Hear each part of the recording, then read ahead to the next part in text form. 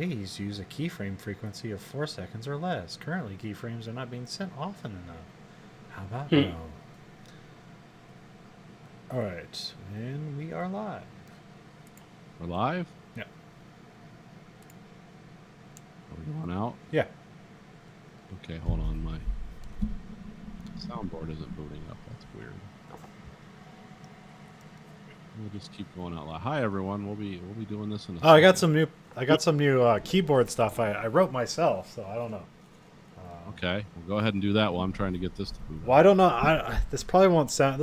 It sounds cool in Bose headphones, but it probably doesn't sound great like out in the air over the internet. But it won't. I don't know. I don't know how to start it very well, and I don't know how to end it. But the middle part's cool. So. All right. Let me get.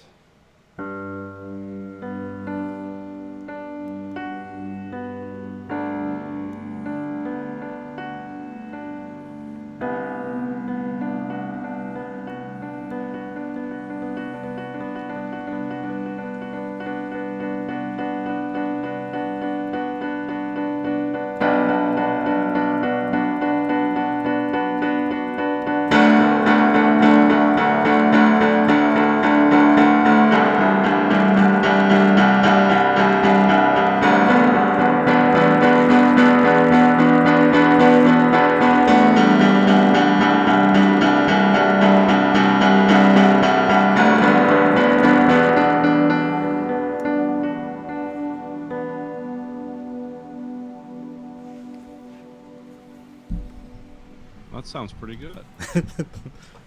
Wrote it myself. It probably already exists as something else because all music already has been played. So.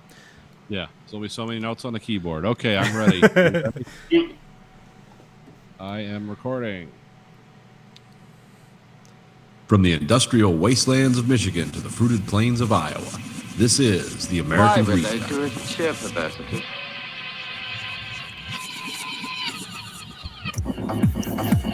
You are the dead. Remain exactly where you are. Make no move until you are ordered. Burn them to ashes and then burn the ashes. That's our official motto. Now we can see you. Clasp your hands behind your heads. Stand out in the middle of the room. Stand back to back. Who can explain the fascination of fire? What draws us to it, whether we're young or old? Here comes a candle to light you to bed. Here comes a chopper to chop off your head. And welcome to the American Retractor Podcast. Nathan. This is Common. Andrew. We're all here. We're all here again. Yeah, that bit on the piano like hurts to play because it's like as far as I can get my fingers apart on both hands. Start cramping after a bit. Yeah. Oh. Well, that's no fun. Well, there's one where it's like I'm using my middle finger and my pinky, and then the thumb has to go to 3 different keys. That sounds like a dexterity question. I'm getting better at it, so. Yeah, that didn't sound bad. Pretty soon we'll be introing our podcast with your songs.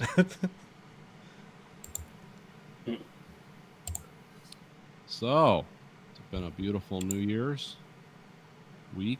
2020 is all behind us, and all our problems are forgotten. There were so many fucking people at the store on New Year's Eve.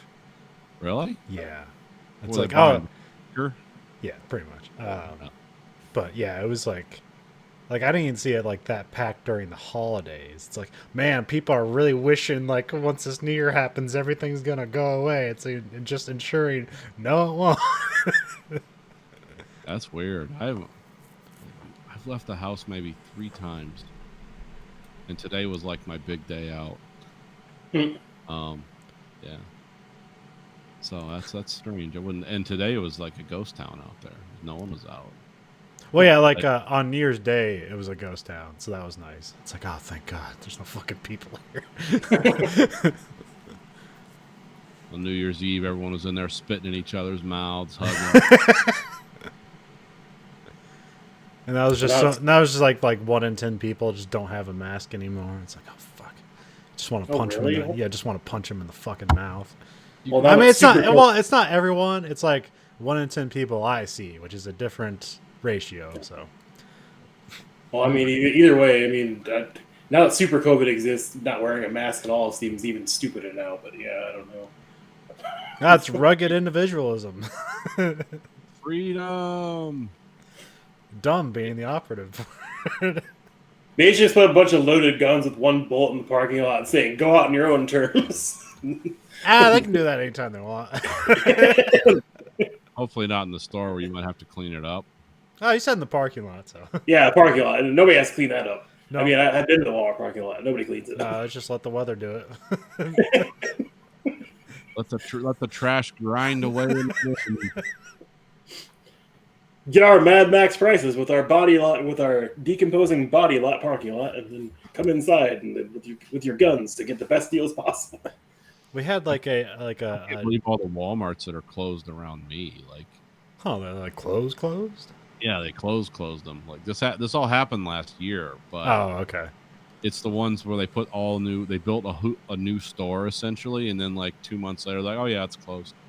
Didn't they have something weird where they had to build berms so you like can't even see it from the highway, so you have to like know the Walmart's there.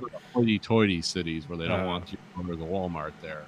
Now, these were the ones that all the poor people went to, like the stops and stuff. Those all got closed.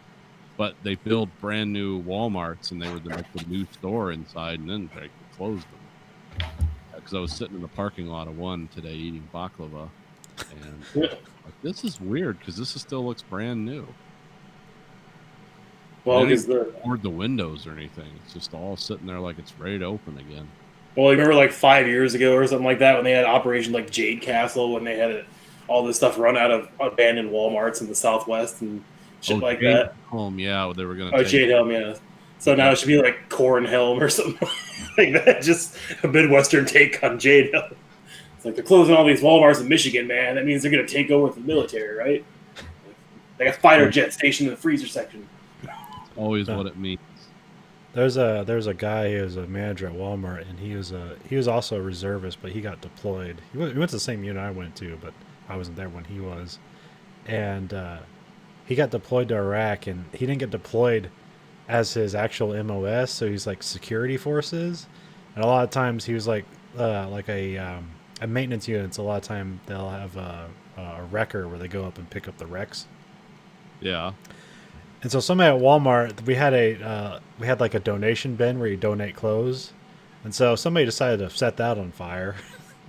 Smell reminded him of Iraq, and he just like fuck this and went back inside.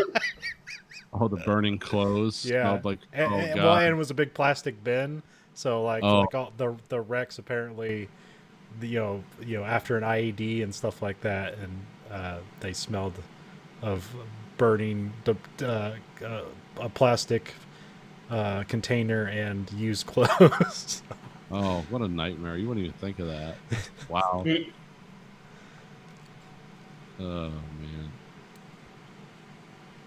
And so somebody set the clothing donation thing on fire. That's Yep. great. Yeah. So we don't have that anymore. Just Yep. can't trust people.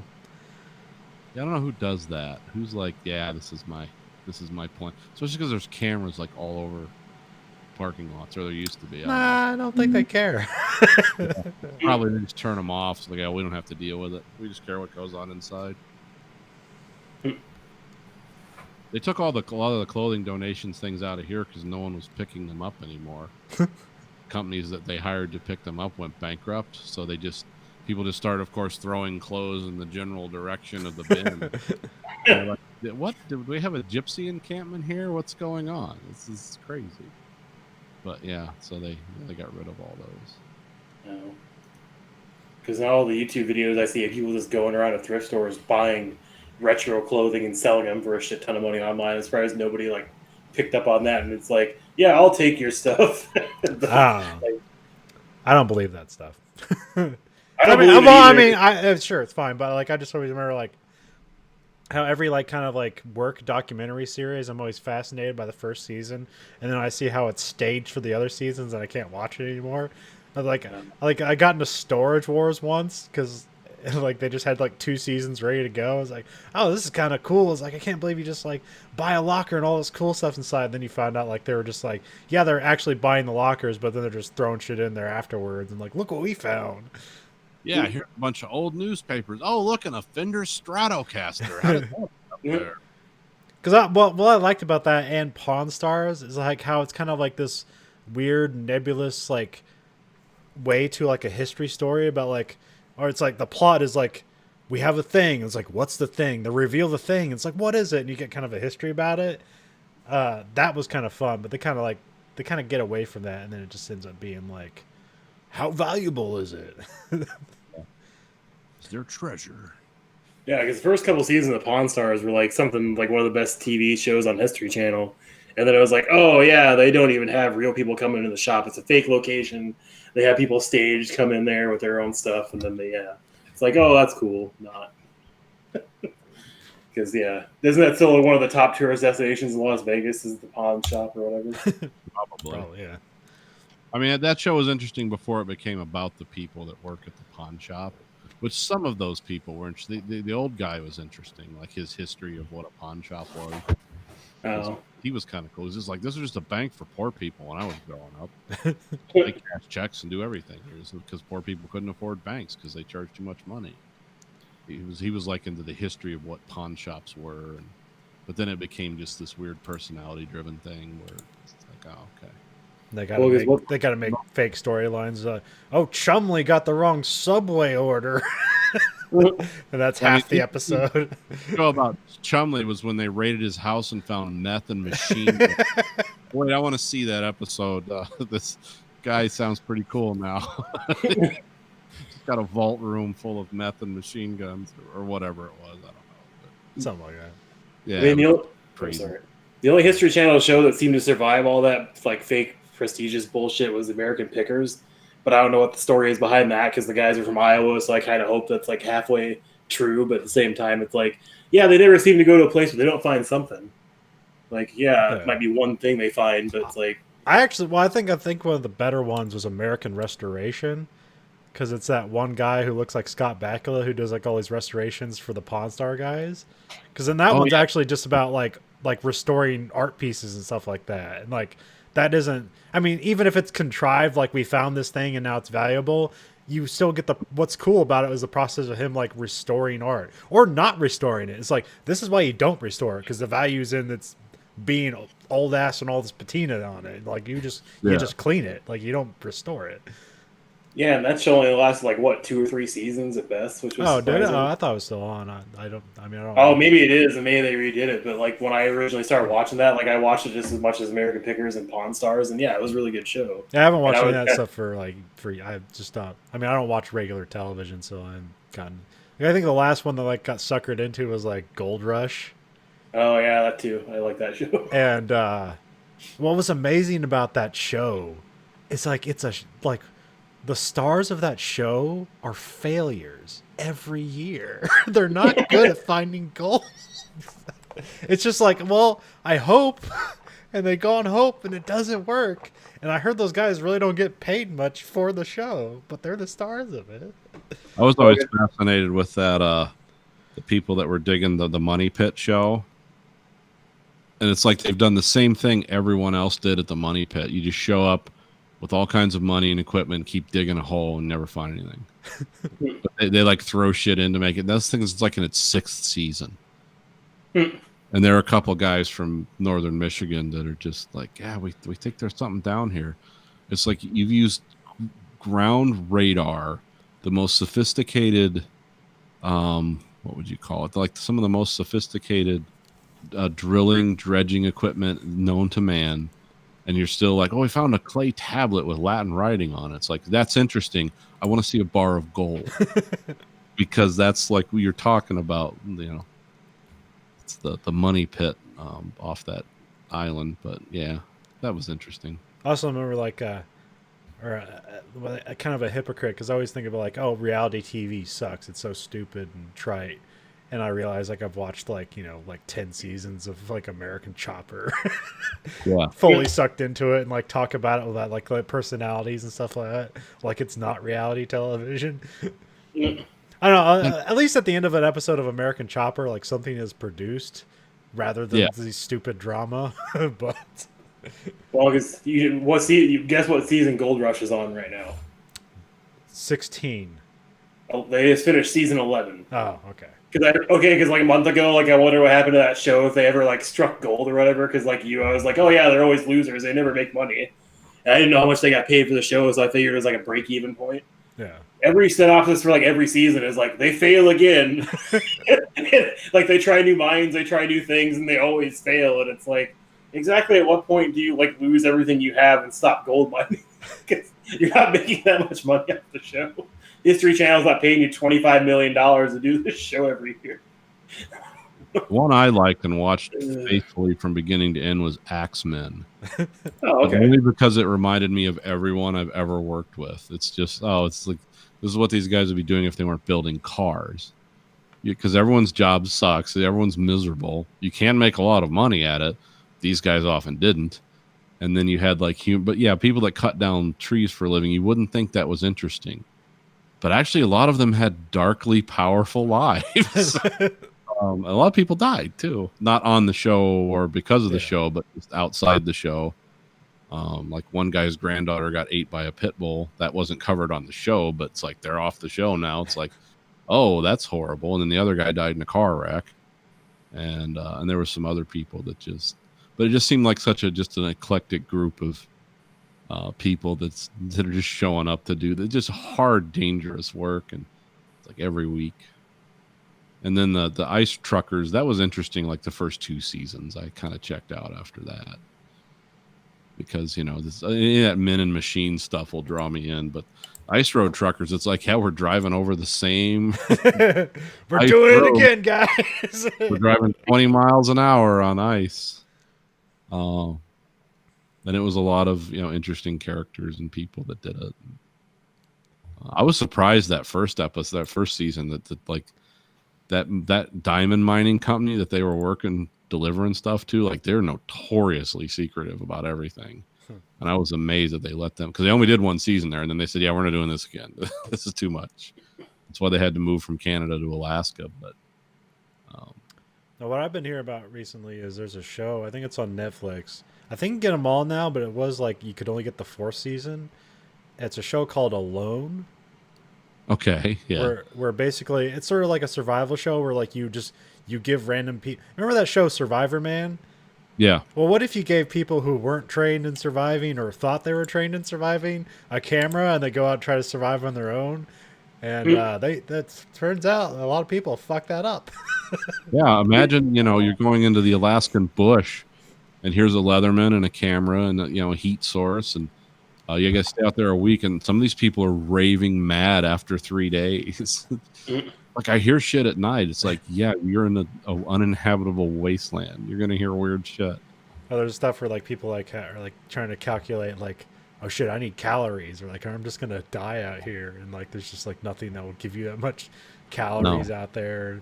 Some guy like killed and ate a squirrel and is like, well, I'm good for the day, and then he's just like violently shitting for a week and goes home. Yeah. There is a show like that. It's like a reality like elimination thing where they drop people in like the Alaska wilderness and shit, and they're like, oh yeah, this person's a prepper, this person's a hunter, and they like see who basically kills more game, like, or like basically survives, because they can like kill one of each animal like every week or something like that. Huh. So like I can't remember what the hell it's called now, because I saw like 10 minutes of it and I'm like, this is dumb, because like there was a woman that like for like the 3rd time in like 2 months like hurt herself like by either shooting herself in the foot with an arrow or like breaking her arm or some shit. And I was like, yeah, that is a good parlay into like the dangers of survivalism, but at the same time, is she just really klutzy? Like like who knows? They did that one show, Naked and Afraid. Yeah. That was a weird one where they dropped people off with no clothes and they could bring like 2 survival items. And it was all in the tropics, and it was all in the southern hemisphere. So it's like, well, yeah, this works. Let's try Naked and Afraid, Alaska. Naked and Afraid, Yukon. Yeah, it's like 10-minute show. Everyone looks like the dude at the end of The Shining. It's like, well, that's a wrap for this week. Boom, boom, boom, boom. Dun, dun, dun, dun. Yeah, that's it. Yeah, I've seen a few episodes of Alone. So that shit's frightening in that show because there's like fucking wolves and bears and like you can clearly hear them. Like, oh, they're gonna die. It just becomes I Blair Witch like at some them, point. Bark of this tree and eat it and live, or will it make me hallucinate and die? It's like, wow. It's a roll of the dice. Then you go to the extreme camping videos on YouTube, get sucked down that wormhole. It's minus 70 outside. I've got a fishing hut and a bunch of cut wood. We're going to see how this works. And all the, from the breathing and just the temperature differential, just a bunch of ice forms on the inside of the tent. And the one guy, he went to go out to his car and his battery died in the morning. He couldn't start his car because it was so cold. Or like the guy on YouTube that just builds like shit out of clay and wood, and he never talks. He just like constructs a thing, like an old timey thing. Yeah, but like real old timey, like Indians and shit. Yeah, like making a clay fired pot with like putting it on a stove with wood burning under it. Yeah, there's a guy called Wild. He's from the Caucasus region of Russia, and he doesn't talk either. He doesn't speak English, but a lot of it was like wild bushcraft, and then some of it was like when it gets real cold, it was just his house, which has no electricity or running water. It's still cool to watch him because he's shooting this video inside. You notice it's all like candles and lanterns. It's like, where does he charge his phone? But I guess he has a solar thing that does that. But yeah, it's like, wow. This is how this dude just lives in the Caucasus region. But then he types in English, but he never talks in the videos. But he's always like, you got to believe in yourself. It's a lot of life affirming statements. So I don't know if he's cutting and pasting these or this is how he feels. But everyone's like, your life is so rustic and primitive and simple. And I envy you. And he goes, well, it's not for everyone. You know, just like his response. I didn't want this life. He says he doesn't have to pay to live. He doesn't have to pay a lot of money or have a regular job to live that way. So it's like, yeah. Hey, tangentially related, I found out the other day, you can't dry fire a bow? No, it'll fuck it'll destroy itself. Yeah, it'll destroy the cams and whatever the bow material is, it'll collapse and lose elasticity. Yeah. Because I saw some video of like a guy had like a brand new bow, like one of those nice compound bows, and like, let me just try this out. Boom! The thing just explodes. Like the wire just like the wire's like made of like thousands of wires wrapped up in the thing. They just all like puff out and explode. Yeah. And then like it breaks in half. It's like, oh, I didn't know. I didn't know that. Oh. Yeah, I forget where I learned that, but it was a long time ago. So I've always been a fan of the crossbow. And then they have the weird limbless crossbows now. Huh. Where all the mechanical action is like along the side instead of having the... Oh, I thought it was like some like weird piston driven thing or something. No, it's just a bunch of camming action. You still have to cock something back. But then you look at the price of those, it's like, well, I could buy a firearm for that kind of... I don't need a crossbow. You have to have a permit to have a crossbow here anyway. So I'm not jump through the hoops to get one of those. Unless you're handicapped, then you can have a crossbow. I don't understand the rule there, but that's what they told me. It's just like switchblades are completely legal here now. But, however, if you want one that's over a certain length, you have to be a cop or a first responder. It's like, well, so then they're not legal. Oh, no, if you know a cop. It's like, oh, I'm supposed to send him in as a straw buy for my switchblade. It's like, this doesn't sound like anything I'm interested in doing. But like as a felon, like you're prohibited from owning a firearm, although you can own like an old school like cap and ball, like musket, like that's okay for a felon to own. Yep. All right, so you are kind of talking about dry firing a bow. It reminded me of my father-in-law wants to buy us something where I put a bullet in my gun and then aim it at my smartphone so the bullet just shoots a laser at the phone to do target practice. And I was like, that sounds like the dumbest thing I've ever heard. It sounds like dry firing your gun a bunch of times because it's like, how does that work? Does the firing pin hit the bullet? Like, how does that? Because I can't find anything about it. Like, I finally was Googling it, trying to figure out. Yeah, it's just like a bullet, and then like the hammer hits the back of it and just makes a connection, and it shoots out a red laser. Oh, It okay. should be called the Bullite. I don't know if they still make those. Yeah, I don't know because he was talking about buying because he wanted to know what caliber handgun I had, and I was like, no, I don't want it. Because I was like because I was telling my wife, was like the whole thing of like training yourself to shoot a gun accurately is like, yeah, it's cool to do like the whole like, hey, eye and hand exercises, that's fine. But when it comes to like shooting a real firearm, you're gonna get distracted as shit when like the bullet actually goes off and the muzzle flash and everything else. Like you're probably not gonna hit anything just because you're just so distracted by the sound. And it's like you need to get used to that too. So it's like if you want to shoot a gun better, we just go to the range more. You don't have to. Yeah. Well, I always do thought that that. was about like not using less ammo and to be able to like properly sight in your gun. Like I thought that's what you use them for, but you can also just get a bunch of ammo and go to the range and figure that shit out. That's a lot Yeah. fun. But you can't do that at home. Yeah. Oh yeah, you can't. You know, Well, yeah, you can. Just not legally. Well, yeah, I guess if you're one of those like fucking dudes in Texas that just have you know acres of land to just nobody's around, so I got this backstop here. It's completely legal for me to just shoot all I want. Oh, I've heard the stories about the people in northern Michigan that have like sliding glass doors off the back of their house that's just facing into woods, and they'll just open them up and sit in their house and shoot high-powered rifles at deer from their kitchen, ostensibly. I'm sure everyone in the house loves that. It's like 6 in the morning. You're sitting across your kitchen table with a 30-06 on some sandbags. It's like, good morning, everyone. Fires it and the windows explode. Oh, no, you open up the sliding glass doors. It'll let all that blast Oh, out. okay. That's the purpose of having multiple ones. It's like when you're engineering your house around poaching, you've definitely taken a step into a next level that I don't comprehend. Well, I remember that one episode, or one of the Demolition Ranch videos, where he only had one of his like weird used cars that he was doing just stuff with, and they were doing basically a drive-by with his 50 cal. Oh, he blew all the windows Yeah, out. Yeah, it'll do that. That'll do that. I mean, like he had one window open, it still blew out all the other windows. Yeah. The one that was crazy that he did like fairly recently, or it's been like a series going on for months, is he like built like these tubes that was just plastic tubes going around in circles. Like, And shooting an AR-15 through them, and they'd follow the tube. yeah, I was like, Yeah. there's no fucking way that's just going right through the tube. No, it followed the tube, a plastic fucking tube. Didn't work with his 50 cal as well. No, like I think that.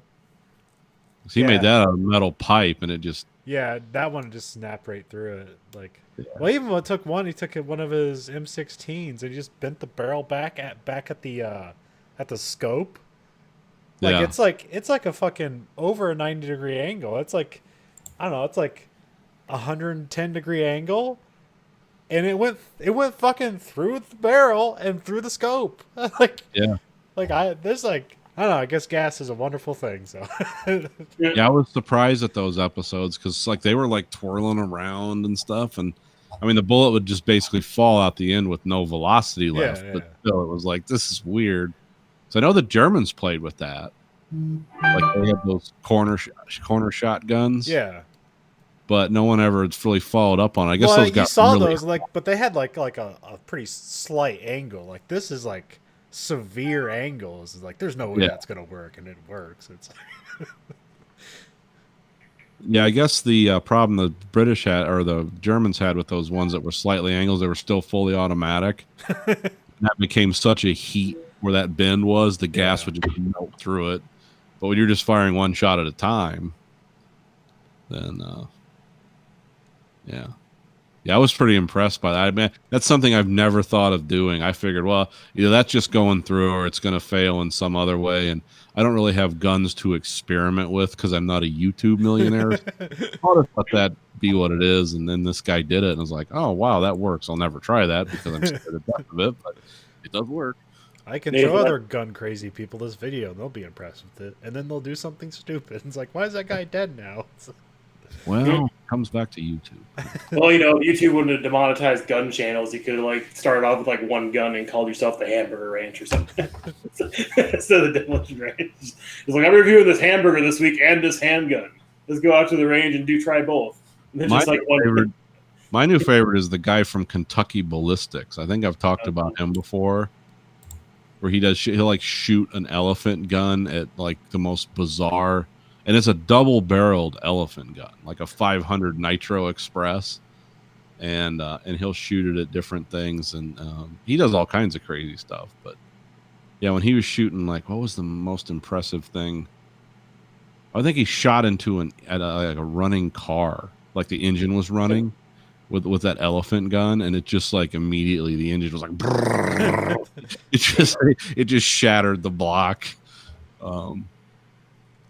And then people would write in and say, "Oh, I want you to try different things with this Nitro Express." He's like, "Okay, guys, these are like $80 a shot. So we're not going to be doing like 100 different." And also, his shoulder's gonna, because whenever he fires it, he's like, "Oh my god!" Because elephant guns, I didn't realize till I learned from this guy, those are designed to be carried long distances. They're fairly lightweight for the amount of power that's going through them. That's why a lot of them are like just breakover guns. It's like they don't have a lot of like beefy mass to offset that huge round that's going through them. So, yeah. But yeah, he's done some crazy, and he seems like he's having a good time. Yeah, I've been mostly unsubscribing from most of my YouTube gun channels, except for Forgotten Weapons and Cock 45 In Range and Demolition Ranch. And now I'm getting more into like F1 engineering channels and stuff. So that seems like more a healthy replacement for the gun channels. Well, I like the gun channels where people are just having fun. Yeah. When they want to be like, oh, now for politics corner, I'll be like, click. Yeah. That's mostly why I get rid of most of them. Because like, well, it's like how these people a lot of them, they're just like, they present themselves as just like blue collar, everyday people. Yeah, and they're just, and like, yeah, we're not political here. And then it just like, it's just like so on the surface, stupid. Like they're just self-righteous assholes at a different end of the spectrum. Like and they don't think they're that. Yeah. Is Hickok 45 pretty bad or something? Because I know he's fine. It was mostly he's talked about like you should join the NRA. Yeah, but he even stopped doing that. So yeah, he stopped doing that. So, but he's essentially. He's somewhat political. I mean, he's always going to say like stupid gun laws because some more stupid, but like at least he knows them. So, but he's also like gun grandpa, so I'm going to give him a pass. Remember that guy was like a grade school English teacher for like 45 years. So whenever he's like showing you something, it's like, oh, I'm learning from this guy. Yeah. And he's like, this is a fun guy that I would go shoot guns all day with. I don't, we're not going to talk about Jesus or Trump or the Second Amendment, or I'm just going to go shoot some guns because that's what I like to do. Yeah. But the ones that are, the guys that get political, and I think the smart guys that make a lot of money doing it are totally not that. It's lurking in the background. That just goes without saying. But no, because you really need to get out and vote for Biden. I'd even be weirded out by that. Well, actually, there's like one that actually kind of they had some guests on the In Range channel, and it was like this weird kind of like pivot because actually like the gun guys, they tend to be like pretty like conservative, also racist, homophobic assholes, and like weirdly religious while not actually like not believing the tenets of religion, but just liking the power of feeling better than everyone. Yeah. But and they're like, yeah, we don't like that. Like, we don't care about this. We want gun culture to be for everybody. And so like they're just like basically like inviting like LGBT people. Like, we want LGBT gun people too. Come on. They exist. Yeah, they do exist, but that's not the image you like ever see. So no. Oh, let's see. Did everyone finally get to see Wonder Woman 1980? Yeah.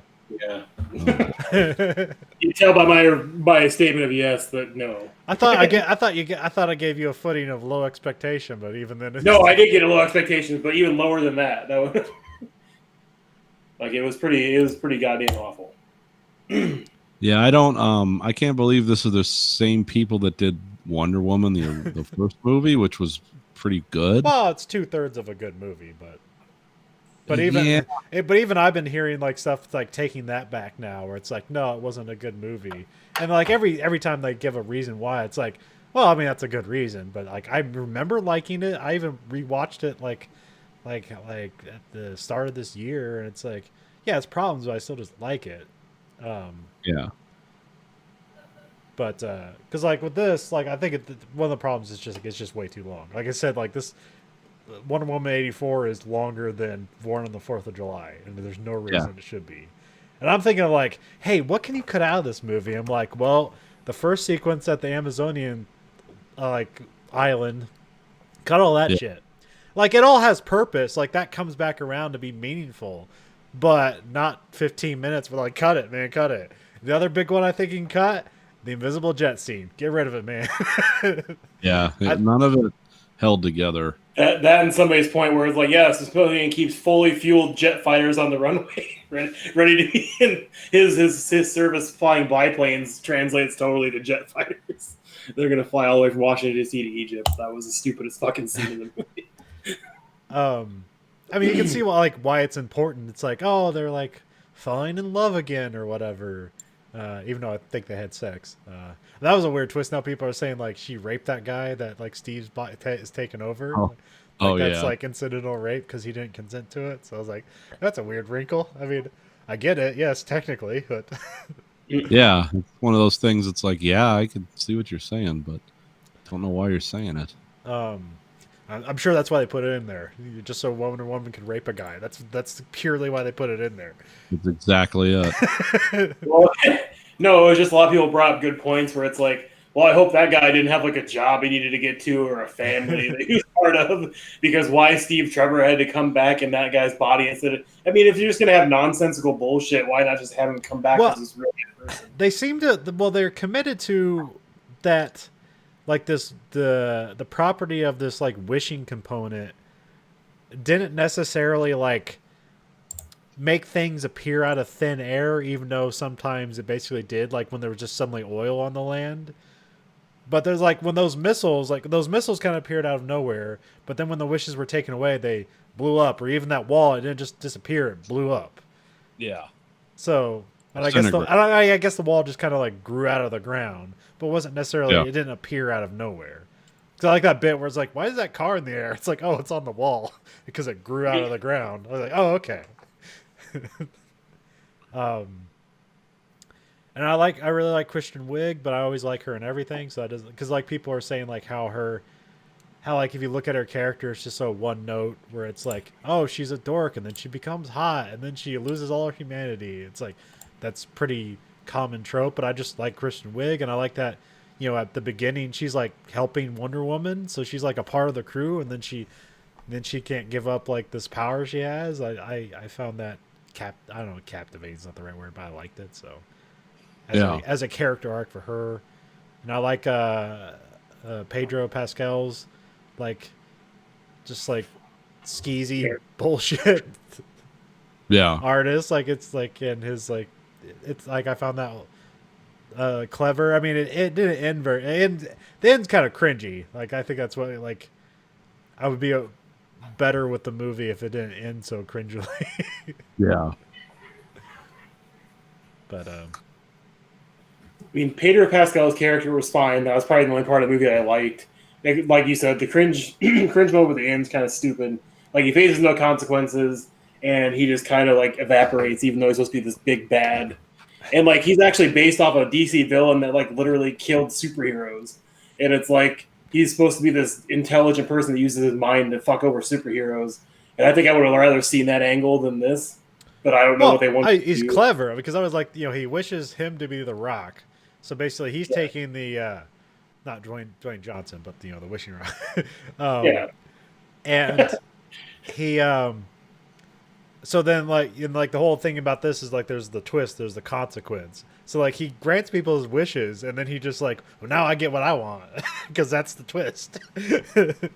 So it's like, do you want all this oil and power? It's like, yes. Well, now it's mine. It's like, why? It's like, because I'm cleverer than you. Well, I guess I just feel like they could have dropped the magical MacGuffin angle because I thought that was a weak crutch of the movie. Is like, why do you need this wish stone basically to make this guy all powerful? Maybe he could be somebody that's literally built up the sham company, but what he's doing with the money is, using it to, make his master plan of like, I don't know, world domination or whatever. Well, I mean, also, yeah, I don't know if this has like hooks in previous Wonder Woman stories because I just don't know too much about the long lore of the Wonder Woman comic book series. I was more interested in the lore of Cheetah because I was like, is that how she gained her powers in the comic book? And it was like, no. She gained it from like the god. I mean, one of them was the god of lies. The other was like the god of passion or love or whatever she's got it from. So it's like, I get the whole god angle has to be there all the time because, she's not going to fight a mugger for, an hour and a half. She needs to fight somebody on her level. So it makes sense that Maxwell Lord's not the big bad because Cheetah is supposed to be the 5th fastest DC superhero above like 2 Flashes.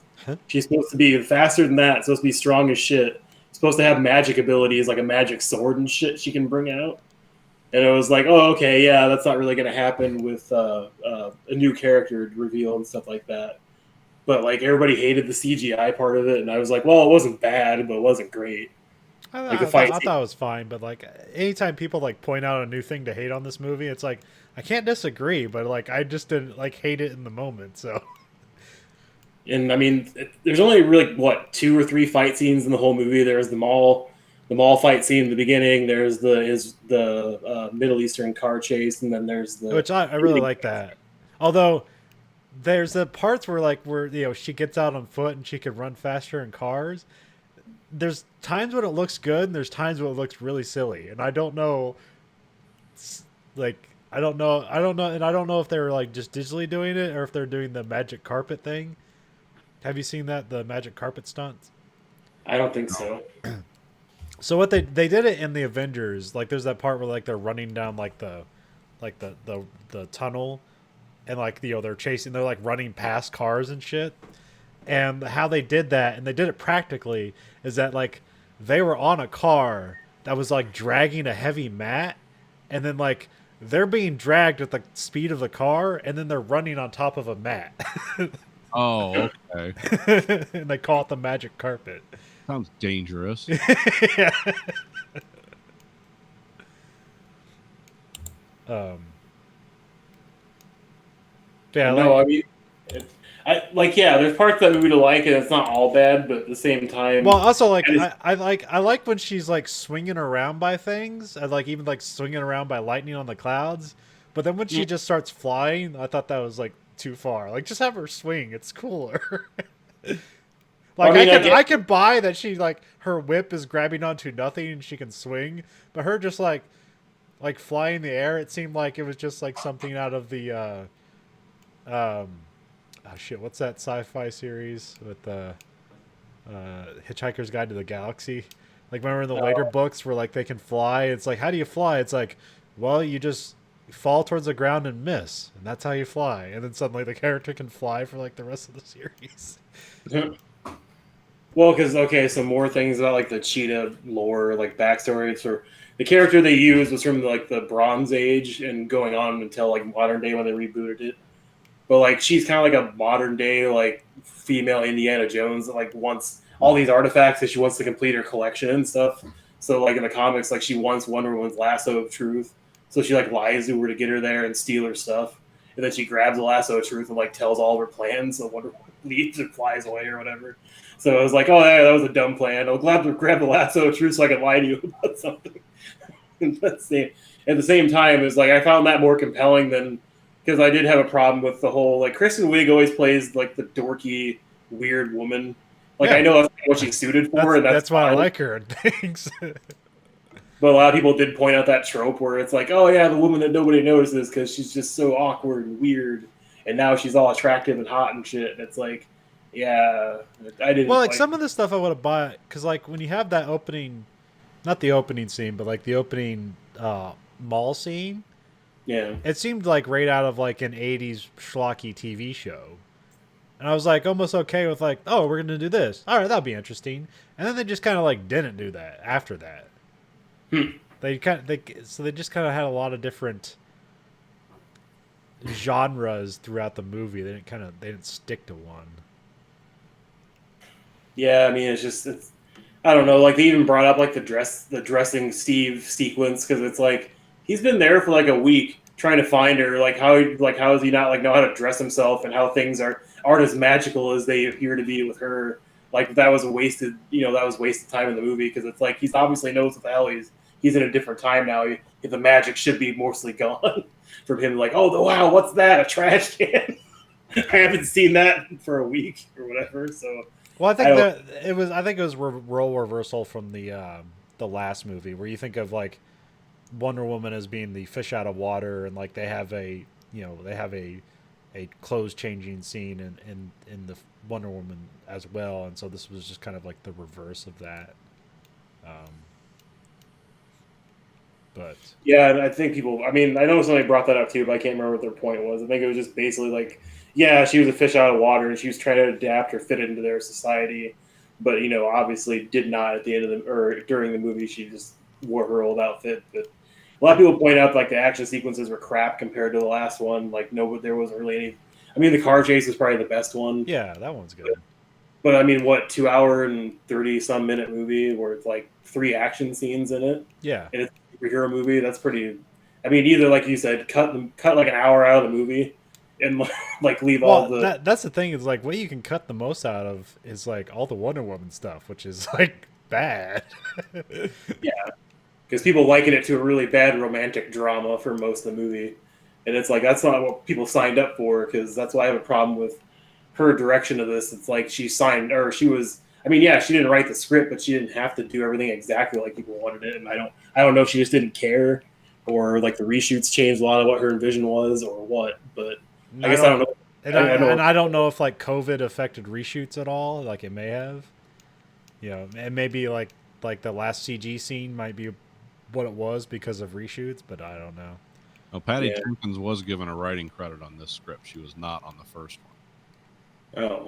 So she did. But like movies like this, like if it's like overly long, and like has a big budget, and like it's like why is this scene in this movie? It means like there's like 800 producers on there, and everybody needs a scene that they can call theirs, and it just gets filled with a bunch of nonsense. Yeah, well, here's what I didn't like about the movie: is I didn't care for the double introduction.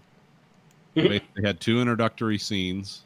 We had the American gladiators on the woman's island or whatever, and then we had the mall fight right after that. It's like the gladiator scene could have been played out through flashbacks in the movie. Probably would have made it a little more interesting.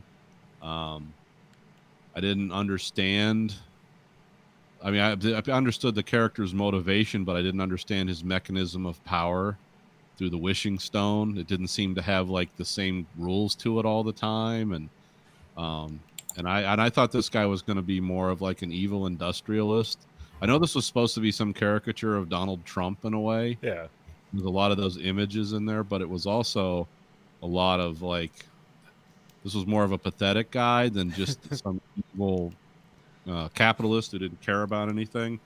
Yeah, I think they made a redemption arc for him, which you just wanted to see him die. Yeah, he was a bad person. He was perfectly willing to endanger the world for things, and at the end it's like his motivation is, don't you want more? It's like, you're gonna destroy the entire world. Yes, but you could have more. It's like this is a schizophrenic villain now, or to the point now where he's just and pathetic at the same time. Like, not scary, just I think it was a waste of a good actor. I think they could have had a completely different, more sinister story with him, because I thought because the trailer for this movie was amazing. Yeah, I thought, oh, this is going to be like set, and of course, then it doesn't take advantage of the 80s very much. Nope. Just kind otherwise of background clothes stuff. and cars and sort of and then we go into future tech, where all of a sudden, oh, the Reagan administration has a has a satellite device that can override every signal in the world and broadcast one. It's like, we didn't have that shit. I mean, I know it's a superhero movie, but we're setting it in the 80s, and then we're going into technology where Yeah, I do but believe we have something like it Did, now. maybe Wayne Tech had a problem? It took come out of it. It was Yeah. early. It was early Lucius Fox thing, like the thing that he has in. What does he use in the Dark Knight to take over Basically- like everyone's cell phone or whatever? Yeah, basically it can piece together everyone's bits of conversation and come up with a parabola of a likelihood of where the Joker is. But see, that's set in like the modern times. Like, I believe we have shit like that now. I do not believe we had it in the 80s. And you're calling this movie Wonder Woman 84, right in the title. It's not just Wonder Woman that happens to be set in 84. It's like we're saying Wonder Woman 84 and we're not doing anything with it other than having like,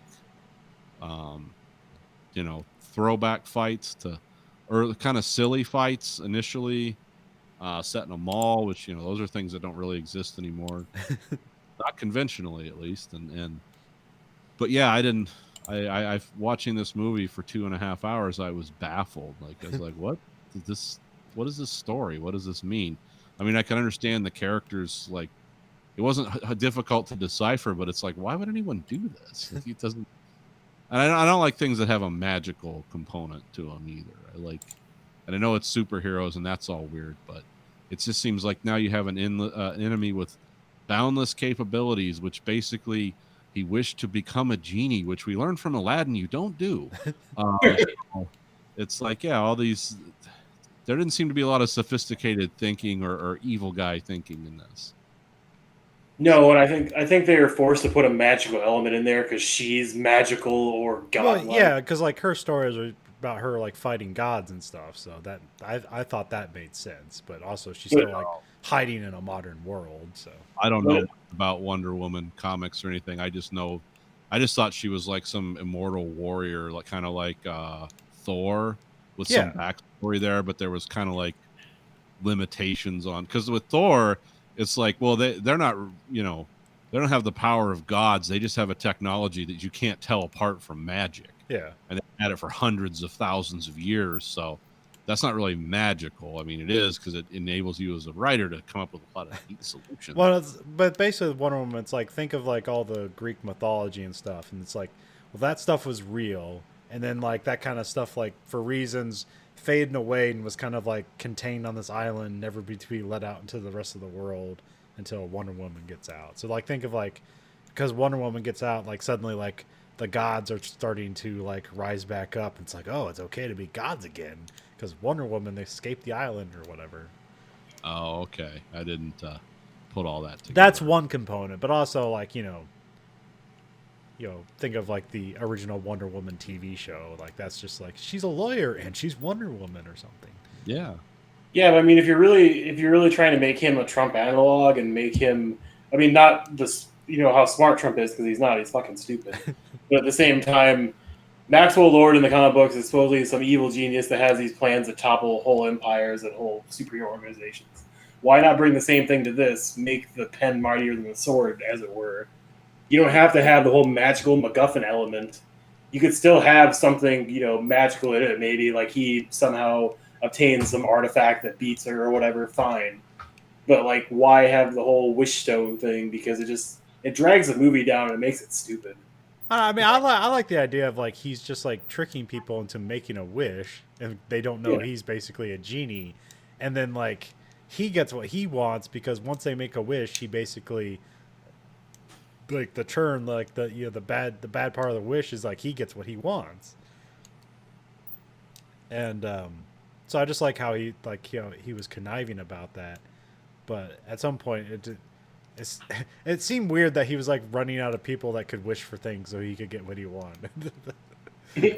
But that's kind of like the idea of the character is like, life is good, but it could be getting better.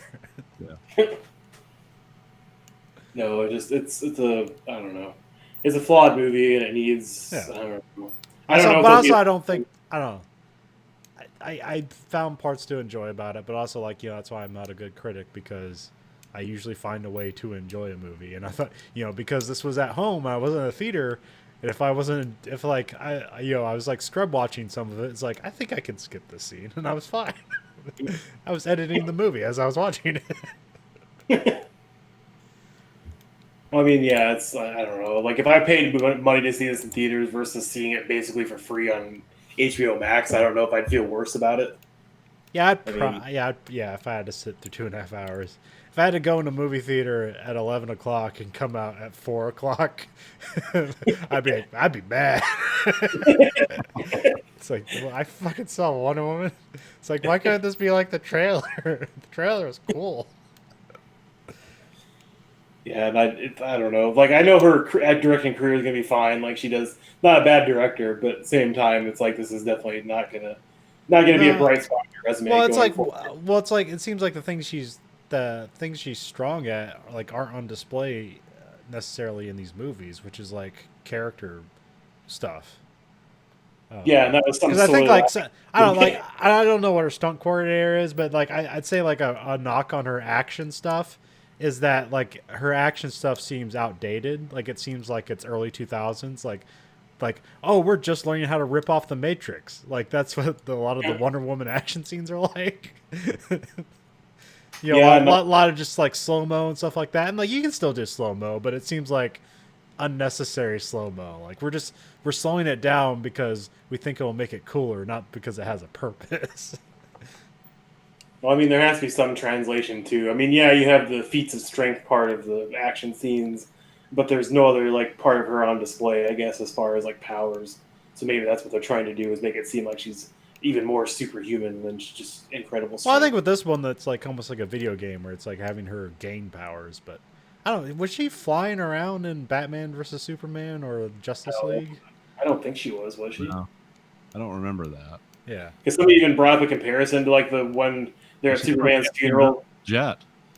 Well, okay, so remember we've been the scene where her and Bruce Wayne are talking at Superman's funeral about how she hid herself away from the world Yeah. and didn't want anything to do with it, and somebody's like, "Well, this didn't happen then."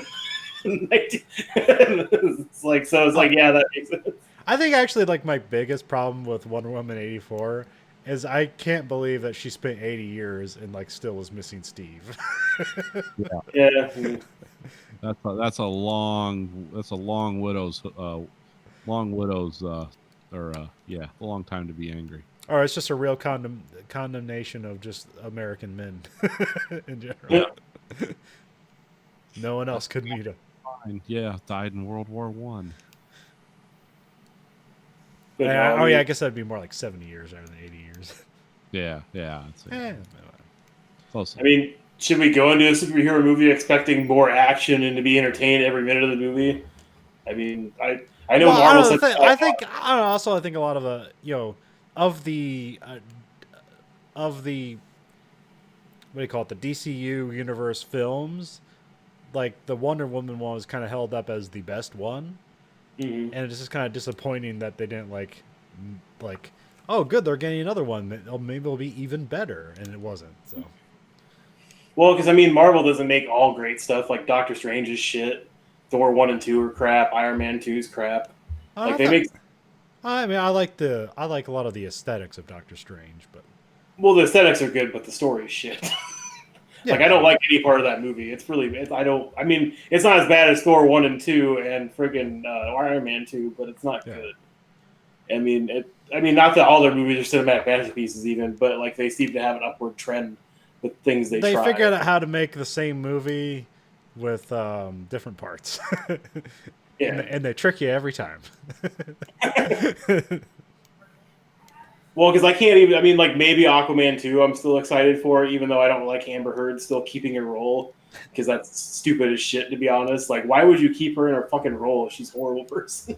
Not that it has anything to do with acting, but at the same time, it's like, yeah, I'm kind of excited to see Aquaman 2, and I'm kind of excited to see maybe what they do with some other DC properties. But like, that's it. It's not like a huge buzz around it like all the Marvel stuff, or like the Moon Knight series. Like, oh yeah, I can't wait for that. No, some with the Amber Heard stuff where it's like, why does she keep her job and why is Johnny Depp let go from the Fantastic Beasts. and it's because like the libel lawsuit in like London, he like admits to hitting her, and so that's like something on paper that's like and there's nothing in reverse, even though there's like those videos where she says like, you know, and proof of her beating the shit out of him. It doesn't. I guess it doesn't matter because of the libel lawsuit. Huh. So that's what's going on there. Yeah, because I don't even know. I mean, would you consider Amber Heard a good actress? 'Cause, I mean, I don't even know anything else she's in other than. Well, besides Rum Diaries and Aquaman, that's the only thing I really know her from. I mean, I wouldn't say she was bad in Rum Diaries. I wouldn't say her daughter's a decent actor. Oh, okay. I guess I didn't know she had a daughter. Yeah, it's Kevin Smith's daughter's best friend. Oh. They're in Oh, Yoga Hosers. that's right. God damn it. Sorry. I forgot about that. I don't know why I forgot about that, but yeah. Is it Lily Depp or something? I think it's Something like that. I think so. But no, can I talk about a movie I watched that you guys didn't watch, or did you want to try and watch Freaky? I don't even know what Freaky is. Vince Vaughn and who plays a body swap. Yeah, I want to watch that. Okay, sorry. I forgot. I think I went looking for it, but it wasn't on demand yet. It was like still in theaters. You can get it now for on demand. Yeah, it's $20, so it's I mean it's the home screening thing. But yeah, I got it last weekend and it was really good. Or I liked it a lot anyway. There was a couple scenes I was like, really, that's fucking cool they did that, because I would have done the exact same thing, but I figured Hollywood wasn't going to do that kind of shit. It's kind of entertaining. Well, it's Blumhouse, so it's only like kind of Hollywood. I think that's a Blumhouse picture, right? Yeah, it's a Blumhouse picture. Okay. I'm kind of interested to see if they do another movie like that, because he kind of does, like, he did Happy Death Day 1 and 2, and then he's going to do 3, and they canceled it. So I kind of wonder if he's going to do another in that series, or if he's going to move on to something else now. So... Nathan, I watched a very incredible and sad television show this week. Lasted this week, yeah. Oh, what was that? AEW wrestling. Oh, okay. What happened? There's a guy. His real name's John Huber, but he on the indie scenes, he's and in AEW he's known as Brody Lee, and in WWE he was Luke Harper. You won't know any of these people. Yeah. And he just joined AEW in March, and so like things were weird because he like started at AEW when they already didn't have crowds and stuff. Okay. And he came on board as like the lead, as the Exalted One, the leader of the Dark Order, which is a heel group, and they were kind of like going nowhere, and like he pretty much turned it around, like pretty almost single-handedly, and they became the best part of the BTE YouTube show. Like they have a bunch of like really funny stuff on there.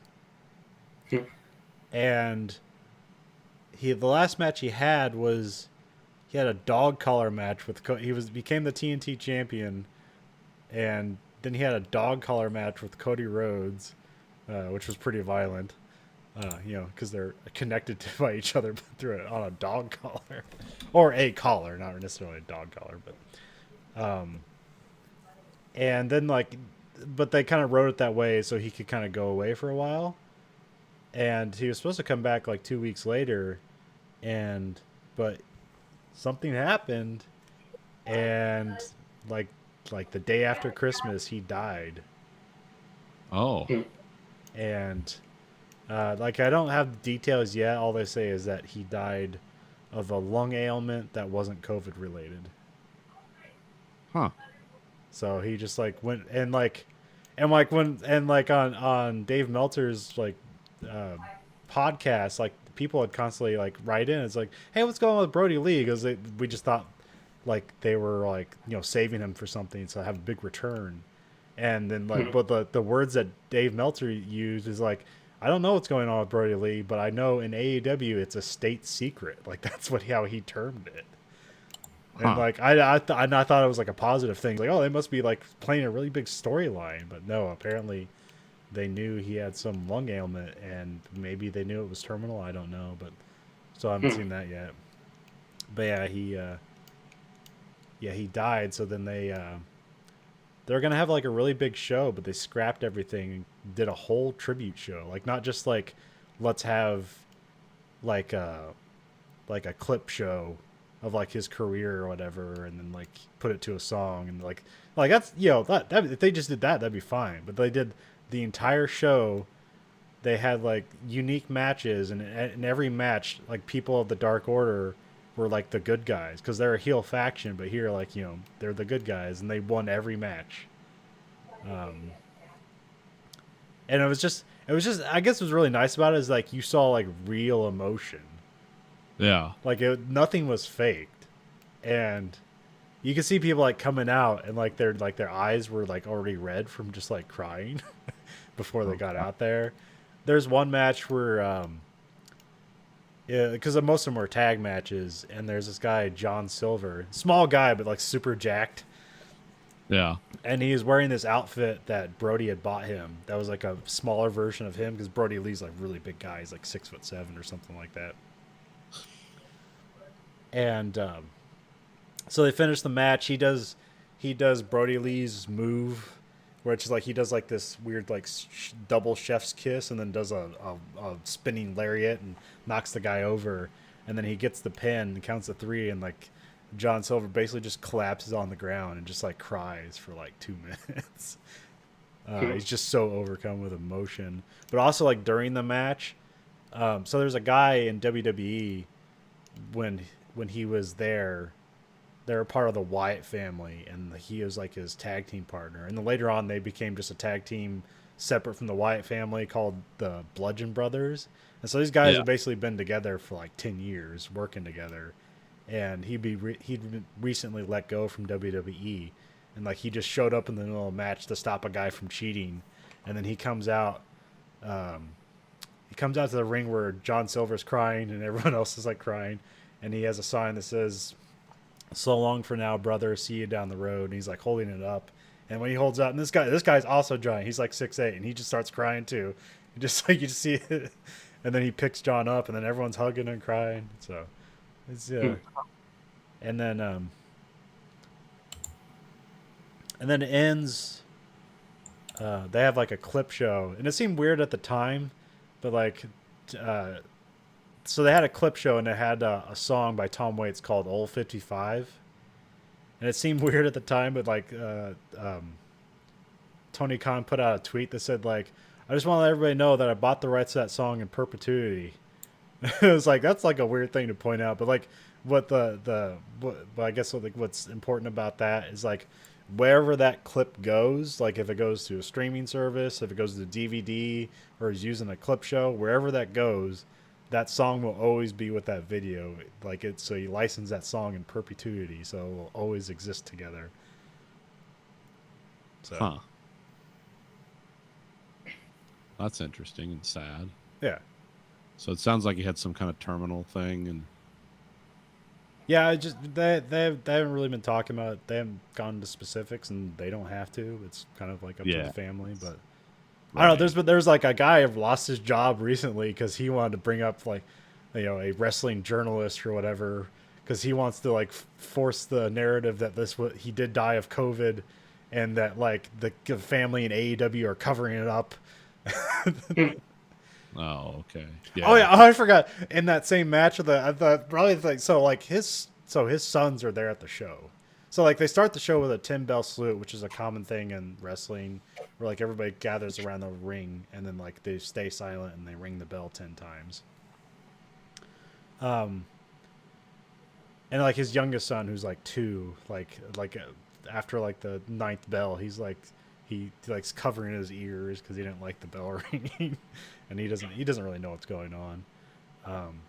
But so during that one match with those, it was John Silver, Alex Reynolds, their tag team, and Hangman Page, who recently been working with the Dark Order but hasn't really joined them yet. They're fighting the Inner Circle, and the Inner Circle has MJF in it now, who's a real asshole, and he plays it up. And so like he comes out and he yells at his kid, his 8-year-old kid, who's Brody. His actual name is like Brody. But they call him Brody Lee Jr. here. And he's yelling at the kid, calling him a twerp, and like the kid has a mask on and stuff. And then like and somewhere in the middle of the match, he just gets up on the turnbuckle, looks at the kid, and he flips off the fucking kid. And then at some point he goes out into and he's yelling at the kid again. He rips off the kid's mask and like the kid like hides his face for a bit. And then he spits on the mask and throws it on the ground. It's like, hey, I know your dad died last week, but and then like then the kid gets a kendo. Then the kid gets a kendo stick and he belts him in the head, and like everybody cheers, and the kid had just like a giant smile on his face. So it was kind of like, oh, I guess that's worth it. Like this kid's having a good time. Yeah. So We want to transition into the book now. Huh? Do we want to talk about the book now, or are we No, not no. done? I'm Oh, not done okay. reading that, and Andrew hasn't read it. But are you done reading it? I'm pretty close. Oh, I mean, okay. the last 100 pages, but yeah, we can. Yeah, sorry. I'll try and work on it. I'm sorry about that. Oh, that's fine. So anyway, we watched a movie this week. Watched the 1991 Oliver Stone film The Doors, which I hadn't watched this movie in a long time. I've never seen this movie. I think maybe some bits and pieces of it, but I've never seen the movie. Yeah. Oh. Yeah, it's kind of a cool. It's shot. I was watching my DVD, and I forgot this was one of those widescreen only movies that they had at one time, because it was shot in widescreen. Yeah. So I had the boxes at the top and the bottom. I was like, oh, I haven't seen that in a while. But yeah, this was kind of a cool movie. There's a reason I didn't revisit it, because it's one of those things. It's almost like watching a concert movie. It's like you've seen it once, and it's like, okay, that was cool. Love the visuals, love the concert atmosphere of it. Loved the guys, Val Val Kilmer's Kilmer's performance, yeah. was amazing. I forgot that Kyle MacLachlan was the drummer. There's a lot of people that show up. It's like, hey, that guy. Yeah, You got Frank Whaley back, and you got Kevin Dillon back, who is like he was in Platoon also. Kevin or Frank Whaley wasn't, but he was in Born on the 4th of July. right. Yeah, a bunch of people. And it's like, oh, that actor and that actor. Which I was kind of like surprising watching this. So yeah, Yeah. like, it's kind of a cool looking movie about a terrible person who had all the talent in the world. Destroyed him. It's basically the slow destruction of Jim Morrison throughout the course of the movie, which is, I guess, is the story of The Doors. But Yeah, that's what I kind of thought was interesting. Is like Val Kilmer does a good performance, but like I didn't come away from this movie liking Jim Morrison. no. No, I don't think anybody would, to be honest. Well, when I watch this movie and I think of Jim Morrison, I think of like, oh, this was truly just a heartbreaking waste of talent. Yeah. This guy was so good. And I'm not really, I was never really, I know the hits, and because I was introduced to The Doors, interestingly enough, by when I would watch Apocalypse Now over and over again when I was 10 years old. I was, because the movie opens with that song, The End. Yeah. So that's where I know that song, and I've never done some people get into this deep dive on the Doors. I never did. But I do, I enjoy some of the music, and I think this guy was like, he was the first guy I can remember that like did the songs where he'd just start talking in the middle of it and just basically reciting poetry and stuff, his own poetry in a lot of cases, and that was cool. Yeah, I didn't necessarily like the portrayal of like how of inspiration in this. Yeah. I mean, it's like a shortcut for a lot of movies when you're like dealing with a band, but like it's like you kind of like shove aside like hard work and effort and like time spent, and then it just all gets summed up into like, we're waiting for inspiration and it happened, and then suddenly we're millionaires. It's like, Yeah. you're just disregarding all his hard work for no reason.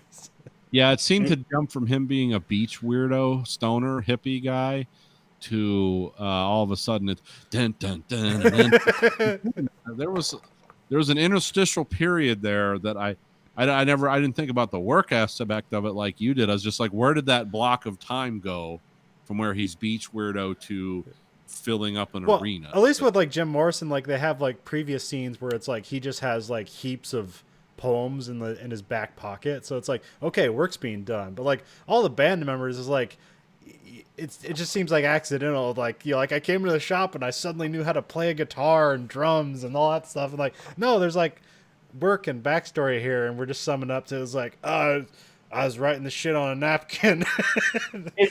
I farted in a dream and I woke up and wrote this song. Yeah. It is kind of weird. It's like, did Jim Morrison conjure his band out of the same desert he walked out of? I did like that Kyle MacLachlan was like, A businessman? he's like this. He's basically like a square, but he's just like all into alternative thinking and drugs. But I like that disconnect. Like it just doesn't seem to fit, but I like it. Well, he's there for the party, but he also wants to make money from the party. Yeah, It's yeah. like, we only got so much time, because I remember when him and Val Kilmer were arguing when he sold Light My Fire to Lincoln, the car company. And of course, Jim Morrison's like, we're selling out, man. It's like, no, we got to make money. Someone's got to pay for all this shit that, you're this crazy, because they had the police at all the concerts. He was like, is he going to have his dick out on stage? What's going on next? And, and this stuff was, again, this is Oliver Stone is like, I understand the 60s through Oliver Stone films because I wasn't actually there. So this is about right. All right, I think like what is like this movie like now movies don't have to like hold up. I guess like kind of like an unfair comparison. It's like, did the movie hold up or not? It's like movies aren't built to hold up. Like they do or they don't. There's movies made last year that probably don't hold up for various reasons. Or maybe movies this year. Everyone's using like flip phones, or it's always something you can spot. But that part where like he's like wooing Meg Ryan by like hopping a fence and like, I followed you from the beach, and she's like, oh, that's lovely. It's like, never in the fucking million years. Cool. Well, just the amount of shit that anybody with Jim Morrison had to put up in this movie. It's like, I don't know how the fuck his band stayed together so long, or he even stayed together with Meg Ryan I'm sorry, not Meg Ryan's character. But yeah, so long, and then like, yeah, because it's Jim and Pam. Because I made me think of like, did they name them in the office after this? I hope not. That'd be a really horrible dysfunctional relationship. I want to feel death, Pam. I want to kill my father. So yeah, I mean, Meg Ryan did a good job, but yeah, Val Kilmer's performance was really good. I have never seen any interviews with like Jim Morrison to like see how well he got the character down. But like, yeah, I mean, everybody seems to praise him for this film and seems to underestimate him for not really being anything before this. Well, I mean, the thing with Val Kilmer is he looks like Jim Morrison. There isn't a lot of the only footage you can find of Jim Morrison, or the most common stuff you can find, is a lot of the concert stuff, and he nails that. Now, Jim Morrison gave a few incoherent interviews to people that you can read and watch, but there's nothing. That's the thing with this movie is it's like it's great concert footage, and then this guy destroying himself and everyone around him, like that. Those are the two beats of the movie, and that's probably why this movie was not widely successful monetarily. It's because it's depressing. It's at the end of the day, it's like, well, this guy wasted his life and basically ruined the lives of everyone around him, and he did it for like weird reasons. And this is not autobiographical. This is not biographical in any way, because all you know about is Jim Morrison from the Doors. We call it the Doors, but we only follow Jim Morrison, really. Yeah. Yeah, and I don't know, like, I don't know. There's actually not a lot of good information about his past, so I don't know. This movie seems to be faithful to what the source material they could find was, and it captures the spirit of the real radical, violent kind of experimental 60s. A lot of experimental stuff in music and stuff that was going on, because you got to remember, before like Jim Morrison and the Doors, like, remember 15 years before these guys were popular, it was like the Lawrence Welk show. I mean, it's like, this was so different. This would be bad news today. I mean, there's people that do crazy shit like this all the time today, but I mean, you really couldn't up the ante much, besides singing on stage about how you want to fuck your mother and kill your father, like that would be crazy today. I mean, people would. I mean, people be thought like a big Elvis outcry. was crazy for shaking his hips when he was singing. Yeah, So, yeah. And this was around the same time. yeah, yeah. So yeah, these guys were nuts. And the Doors is, it's weird. It's weird experimental, psychedelic kind of weird music. They had a lot of pop hits, but there's many Doors albums. You can listen to the B tracks. It's like, what is this? Listen to early Pink Floyd. And it's like, whoa, this is different. That's something I think something that Oliver Stone does pretty well when encapsulating the '60s. Like when you think of the '60s, you like think of like hipsties and these artists and stuff like that. But you got to realize, like, no, most of America was the boring people who like had an engineering job, IBM, or were just like a poor auto mechanic or like a construction worker or something. I don't like these damn hippies. Yeah, yeah. All this drugs and stuff is just getting my, like I could be making more money if I didn't have to deal with all these problems with these hippies shitting in my lawn. Yeah. And not all the hippies and philosophers, not great people, a lot of them. No. People you'd want as friends. Not people you'd want to rely on.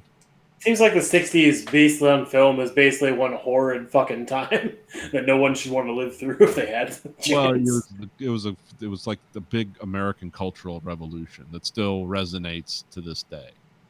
It's like we still haven't changed much from what this changed it into. I mean, it's gotten weirder, and there's definitely a layer of computers and kind of a strange culture behind it, but no one's really like channeling boundaries. I mean, like, what's the next big thing? Like slaughtering a goat on stage. I mean, how much weirder could it get? I mean, Gigi Allen was shitting in his hand and throwing it into the audience around this time. I don't know. I think gore's the pinnacle, right?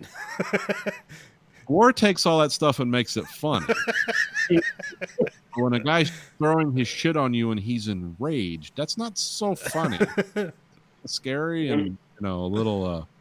It's like, what's the message? You're not thinking about the message. You're thinking about, oh, I wish I could, shoot this guy. But yeah, that's again, that's why I like Oliver Stone movies. It's like when I think of the '60s, I think of pick Oliver Stone movie from Vietnam through JFK and even through Nixon. It's like, yeah, that's what that time must have been like. Or that's probably, I would see it the way he sees it. Maybe without being so friendly to the drug culture and all that, because that's just never been my thing. Yeah. But it's like, oh, okay, I get it. Yeah, it's like some people thought that was like the new way, man. I mean, it's again, I'm also a big fan of science fiction. Read Frank Herbert's Dune. It's the spice that will lead us to the future. It's just drug writing with a cool sci-fi element to it.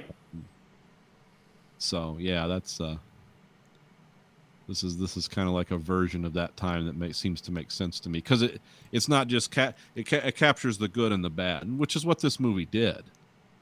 But again, you had these spectacular concert scenes, this like moving concert scenes, like, oh, these songs are cool, this is awesome. Why is this guy so angry? And is he ever going to get out of it? I mean, you know what happens to him because it's a real person, but it's at the end, this movie leaves you depressed. Like, oh, people suck. Drugs are bad. Okay. No, the movie's valuable because there are all these movies that like make you feel really bad at the end of it and don't have a very good pickup meaning. Like, they're very good movies, but like, yeah, I'll watch it once and almost never again. Yeah, I saw this movie once when I was 19, and then we watched it when I'm 104, or however old I am now. I mean, it still doesn't take away that it's good performance, good direction, Andrew, did you see that Queen biopic? Yeah, how would you compare it? I didn't see it, but how would you compare it to this? I like this movie better than the Queen biopic, but I think I just like it because it's not as like overproduced by Hollywood kind of bullshit. Yeah. Like the editing in the Queen biopic where it's like a cut every time somebody fucking talks. That's annoying as shit. That's kind of why I want to compare it, because I heard that one was bad, but that was just kind of like a modern one I was thinking of. I mean, it's obviously more up. I mean, he dies at the end, obviously, but it's more uplifting. It's a movie you'd watch again just because it seems like it has a better message, not a good message. It's more hopeful. Okay, so Rocket Man too, like that. Okay, so it was Rocket Man, The Doors, and God damn it, Queen, the Queen biopic, whatever it was called. But yeah, I'd say Rocket Man was my top out of those three. Okay. Like they're all depressing. They're not good stories. But like Rocket Man's probably the best one. I mean, it's the only one that's a musical / movie. I mean, I guess The Doors is because concert scenes and stuff. And is that Val Kilmer singing in the movie? Because I looked it up, and some people seem to think it is Val Kilmer I singing. believe he's singing in some parts, and then other parts Okay. it's just like we license the Doors. When he's breaking down, the way it was explained to me is, and there's no commentary on this movie. Weirdly enough, usually Oliver Stone has the great commentaries, but my edition could be really old too. I can't remember who released this. I think this isn't his normal releasing point. I think it was like Columbia or something, or TriStar maybe. TriStar, yeah. From what I understand, when he breaks down into the beat poetry stuff on the filmed stage scenes, that's Val Kilmer. But the actual singing, I guess tonally their voices are really far apart because Val Kilmer has a much lower pitch. But yeah, when he's doing like the weird oogie boogie poetry and the Indians dead on the highway bleeding at dawn and all, that's Val Kilmer. But there are recordings of the guy doing that. I'm drawing Jim Morrison. Jim Morrison doing that. Spot on. I was like, wait, Nathan should know this. Who the fuck is he talking about? Why am I drawing a blank on the main character in the movie? You're thinking ahead. It's People who okay. are in the band The Doors hate this movie, so All right, then it must be good then. I didn't really follow up on that. So I'm like, well, I'm just talking about a movie, not a concise biopic of The Doors. So I don't know. Well, I heard that was the thing about the Queen movie is like, they wanted like equal share in the movie. yeah, Like, cause like if you make a movie about Queen, all you want to do is follow Freddie Mercury. Who gives a fuck about the rest of Queen? And so like, that movie had to be made. It basically had to give equal like time to every member of the band. which is understandable because they own it. So I wonder if if the rest of the Doors hate this because basically they're just like side characters to the Jim Morrison story. The one thing I did bother to I read, did like that the one guy like wrote the first song, like he wrote Yeah. "Light My Fire," like their first hit. It's like, oh, so that wasn't all Jim, that was the other guy. No. The brief past I did over why the band members didn't like this movie is it was Jim Morrison centric, Yeah. and they were kind of like what you said. It's like, well, not only did we play musical instruments, we helped write the songs and did the performances too. We weren't just here so Jim Morrison could fart out a poem and inspire us, which that's understandable. I mean, that's the big apex of your life, and then when you see this grandiose movie presented, and it's like, oh, well, okay, what about the other four guys that work their ass off? And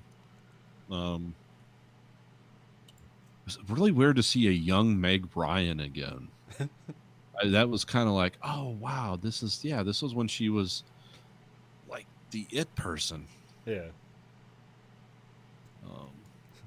It's like just before Harry Met Sally and Sleepless in Seattle. Yeah, this is when she like did all those Tom Hanks movies, and no, that wasn't Tom. Who was her first one with? Billy Crystal. Billy Crystal. Yeah. Well, I mean, they were in Joe versus Volcano, and that was like I think like 90 or 89 or something. But Yeah, it's like I thought Harry Met Sally was like in the 80s, but No, I'm it gonna was say that was early 90s. I don't know. You can look it up. off the top of my head, which is not very good. I don't really know the Meg Ryan filmography. I can't Yeah, even when remember Harry Met Sally was about 19 a movie about Jim Morrison called The Doors. I can't remember the main guy's name. So. Wasn't okay, she? when- Was it Firehawks, like the helicopter Top Gun ripoff movie? Wasn't she in that, or was that some other woman? Yeah, she's also in another helicopter movie where it's like Black Hawk Down, but in like Iraq or whatever. So, I mean, she's in a couple of helicopter movies. What's her most recent movie? I don't remember fucking anything. she's Her in. most recent movie is Ithaca from 2015. No idea. I don't know either. I think I remember the name, but I don't remember what it's about. She was in Armed and Dangerous in 1986 with Val Kilmer. She was in When Harry Met Sally in 1989, so before this movie. Okay. And then before that too, she was in Joe versus Volcano and The Paradiso, and then also something called Rabbit Ears video short for The Doors. And then she was apparently on Captain Planet as a voice, so that's fucking weird. Harry Met Sally was 1989. I thought it was like late 80s. I'm like, are you sure it's 90s? I thought it was late 80s. I've only seen the movie once, so I don't want I've never seen it all. I just know that one scene from that movie where she's doing I mean, a I wouldn't- fake orgasm. Yeah, I wouldn't say it's like the terminal movie to see, but like you should see it if you have the chance, I guess. So Sleepless in Seattle and You've Got Mail were her two big Tom Hanks movies. Yeah. Yeah. She has like Courage Under Fire, Addicted to Love, City of Angels, Hurly Burly. What the hell is that? Proof of Life, Kate and Leopold. Yeah. Oh, she's on The Simpsons too. Okay. Well, everyone's does a guest part. Oh, I know. Curb Your Enthusiasm. Hey, she doesn't seem to really quick aside. like that. I heard the recent season of The Simpsons is actually good. Oh, I've seen a couple episodes, and so far it's been good. I hear like they Like got a a- new writer team, and it's kind of like they're bringing back The Simpsons. Oh, the I'm just other more. side after 30 years, they're going to take their gold watch and go home. Well, okay, so the like Hulu, the way they air it, like you can watch every Fox animated show every season and every new episode, but The Simpsons, it's on for 2 hours, and then after that, it's erased for forever. Like you can't see anything from The Simpsons. You have to watch it the day after, or you don't watch it at all. Huh. It's like, what the fuck, guys? Like, really, I like the 2 episodes I've been able to see so far, but when they take it off right away, it's like, why can't you just leave the season up? Because that's what they did last year. They left the season up until it ended, then they deleted it. It's probably like some weird FXX bullshit or something. It's like that's the only place you can. That's the only home for The Simpsons. I guess. I mean, I think it's just fucking stupid, to be honest, because it's like, if you want viewership and this is a way to get it now, why wouldn't you just leave it on for at least the entire season? You might. I don't know. You might want to check. I don't know. I have to check out like the Fox website. It might be something like they're holding in their back pocket there to get money there or something. Maybe. I mean, I know Because the second. Hulu isn't really what it used to be, where it was like every like television studio went through Hulu, but now like every television studio is like, we're just gonna have our own streaming service. Yeah, and I mean, Disney might bring it on to Disney Plus at some point instead of going on Hulu, because since they own it now, which still boggles the mind because I can't believe they own so many adult type properties that they're not going to use properly. But I don't know. I'm really worried for the future of Alien and the future of a lot of things that fucking, because Futurama is supposedly getting rebooted now. Jesus Christ! Well, the Simpsons Third movie. fucking time. The Simpsons second movie is getting made. I mean, still, I don't know what stage of production it's in. The Futurama is getting rebooted. They're talking about rebooting a couple other Fox landmark shows. So I don't know. Like it's weird. I don't know if that's Disney driving that because they want more content because people are getting tired of Star Wars and Marvel, or what. So, because supposedly people are talking about rebooting Alien. And maybe they just stopped making these huge blockbusters because theaters are fucked, and it's like, well, we can make like 8 different television series for the money we're going to spend on one Marvel movie. Yeah. Because I don't know how much is Black Widow losing right now since it's supposed to be out like almost a year ago at this point. Well, I mean, it hasn't been released yet, so it's not losing anything yet. Well, I know I'm just saying you shelved it and you're gonna have to do another advertising blitz again and all this other shit. I So, don't know. mean, I remember like Ben Affleck had a great like examination of like what a film is actually worth, and like the weird thing is like movies don't necessarily need to make money, or at least not all movies need to make money. What's valuable is a library. And so like these movies, like the Marvel movies don't even like, they could probably go the next 10 years and never make any money. What's valuable is like the series as a whole, like, because it's just going to keep making money. It's going to keep making broadcasts. They're going to keep selling DVDs. That just occurs in perpetuity. So like they don't necessarily, like, they've made their money. Like they don't necessarily need to still be successful. It'd be nice. Like they'll want that for the they gotta answer the shareholders, but yeah. Speaking of which, you know what I saw in Target the other day? it's that. What? Dune action figures from the new movie. It's like they tried that in the 80s with that Dune, and it was weird. Well, because that movie wasn't even supposed to be released till November of next year, let alone on streaming now. Yeah, now it's going to be on HBO at some point. Because I mean, originally they said like May this year, and then now it's supposed to be November at best. So it's like, well, okay. I'm surprised the action. I mean, that's like way in advance. Like that's the same like they had Wonder Woman 1984 toys out like 4 or 5 months ago at Walmart. I'm like, really? Like, I know you probably had it for that date because it was to come out then, but it's like, yeah, who wants this shit? I mean, They were good. They were the good ones. They were the McFarlane ones that look cool. Oh, okay. Yeah. I kind of I want to see this now. I wonder if it's on Amazon. Yeah, it's there. They're like $40, some of them, but yeah, because Or like Halo Infinite, like they're supposed to come out like last month, but they're delaying it a year. And like they had all their like double XP bonus stuff for the multiplayer, like all the Monster Can energy drinks and stuff. So now all that stuff gets delayed, like but they still have to like do this marketing blitz through like all these Doritos and Monster Energy drink shit. Oh, I can get Game of Thrones action figures on here. Sold. yeah, they have those. I've seen those before. Yeah, the McFarlane stuff's really good. They're not posable, Well- but they look really good. No, I mean, yeah, I'm looking at every main actor in the movie right now, and they all look good. So, I mean, I wouldn't say that they did a bad job at anybody. They have really good likeness, which is really hard I to think nail that's down surpri- sometimes. They have like the MLB license, and they make really good like replicas of MLB players. It's weird because of course Todd McFarlane is a huge baseball nut. He bought that like home run ball for like $1 million. Oh, really? I guess I didn't know how much he was worth, really. Oh, millions. Yeah. Um, Remember, well, like, 'cause I know- remember, Spawn was an independent comic. He owned himself, and that sold millions. And he just owns the rights to that shit. They have a Geralt action figure on pre-order. Yeah, I think Witcher 2 is probably going to be coming out in next couple months. I think so. I don't know if they're. Henry Cavill got injured, so they're not even done filming yet. Oh, okay. It's probably gonna be like late next year or this year. Sorry, I keep thinking saying next year because Yeah, it's a new 2021. year. Yay. I wouldn't say the Geralt action figure is really doing it for me. It looks kind of crap. Like the costume's just fucking weird, and like I know it's probably more representative of like actual medieval clothes, but like it just looks bad. The swords look cool, and like his face looks pretty decent, but like everything else on the figure just kind of looks crap. But I don't know how much they're charging for it, so I'm assuming where to buy it at Walmart. Okay.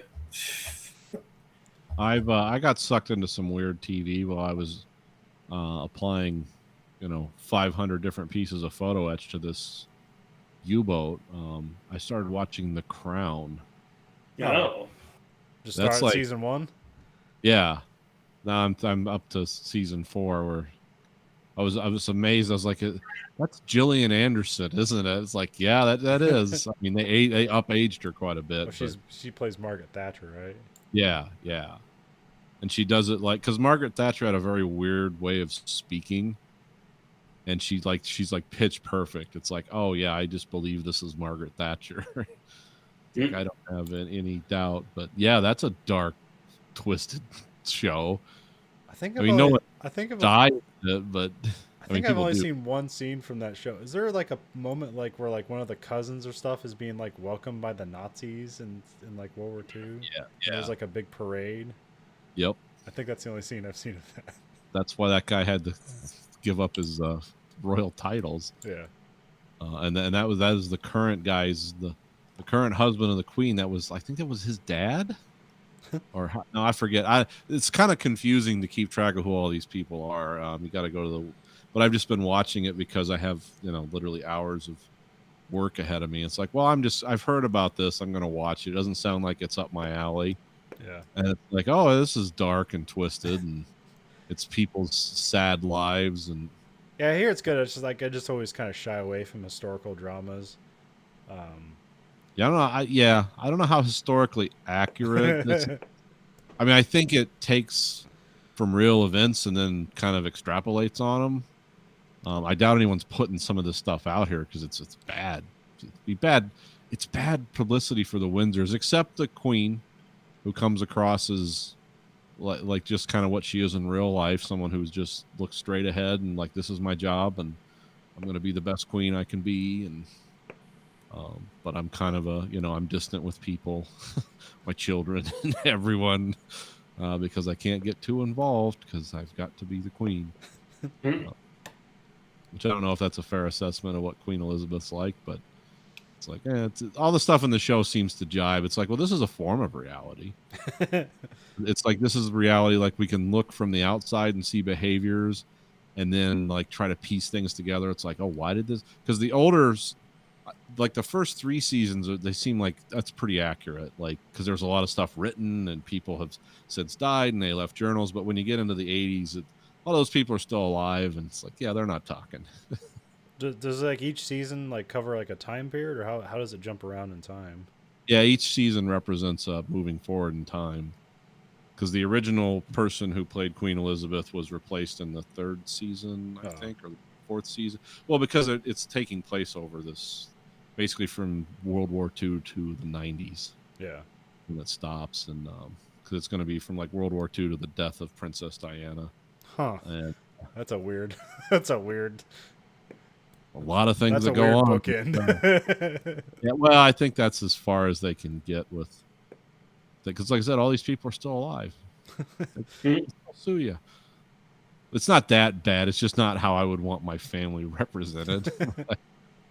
But that, you know, that's the price. That is the price they pay, though. Is it just their whole life is just a book everyone reads, and that's why when people are like, "Wouldn't it be nice to live in a castle and have some?" No, because the price you pay is like you've got to live up to this ideal that's like unlivable by most people.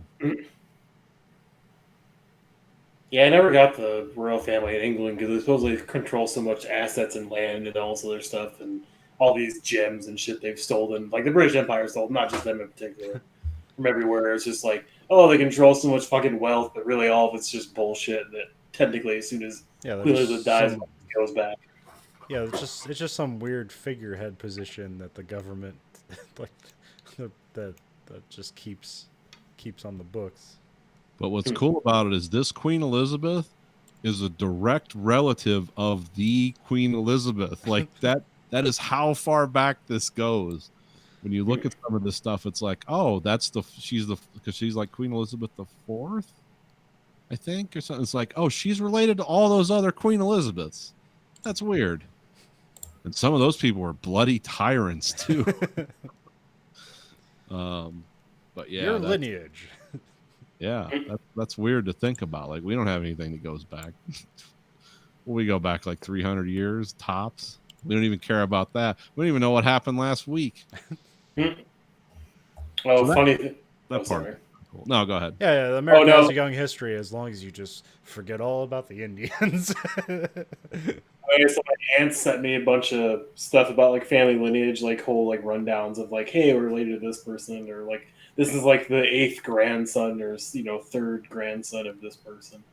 Yeah. I'm related to Ted Danson by quite George Bush, Obama, fucking oh god damn it, who's the other one? Yeah, the Bushes and the Obamas are related in history.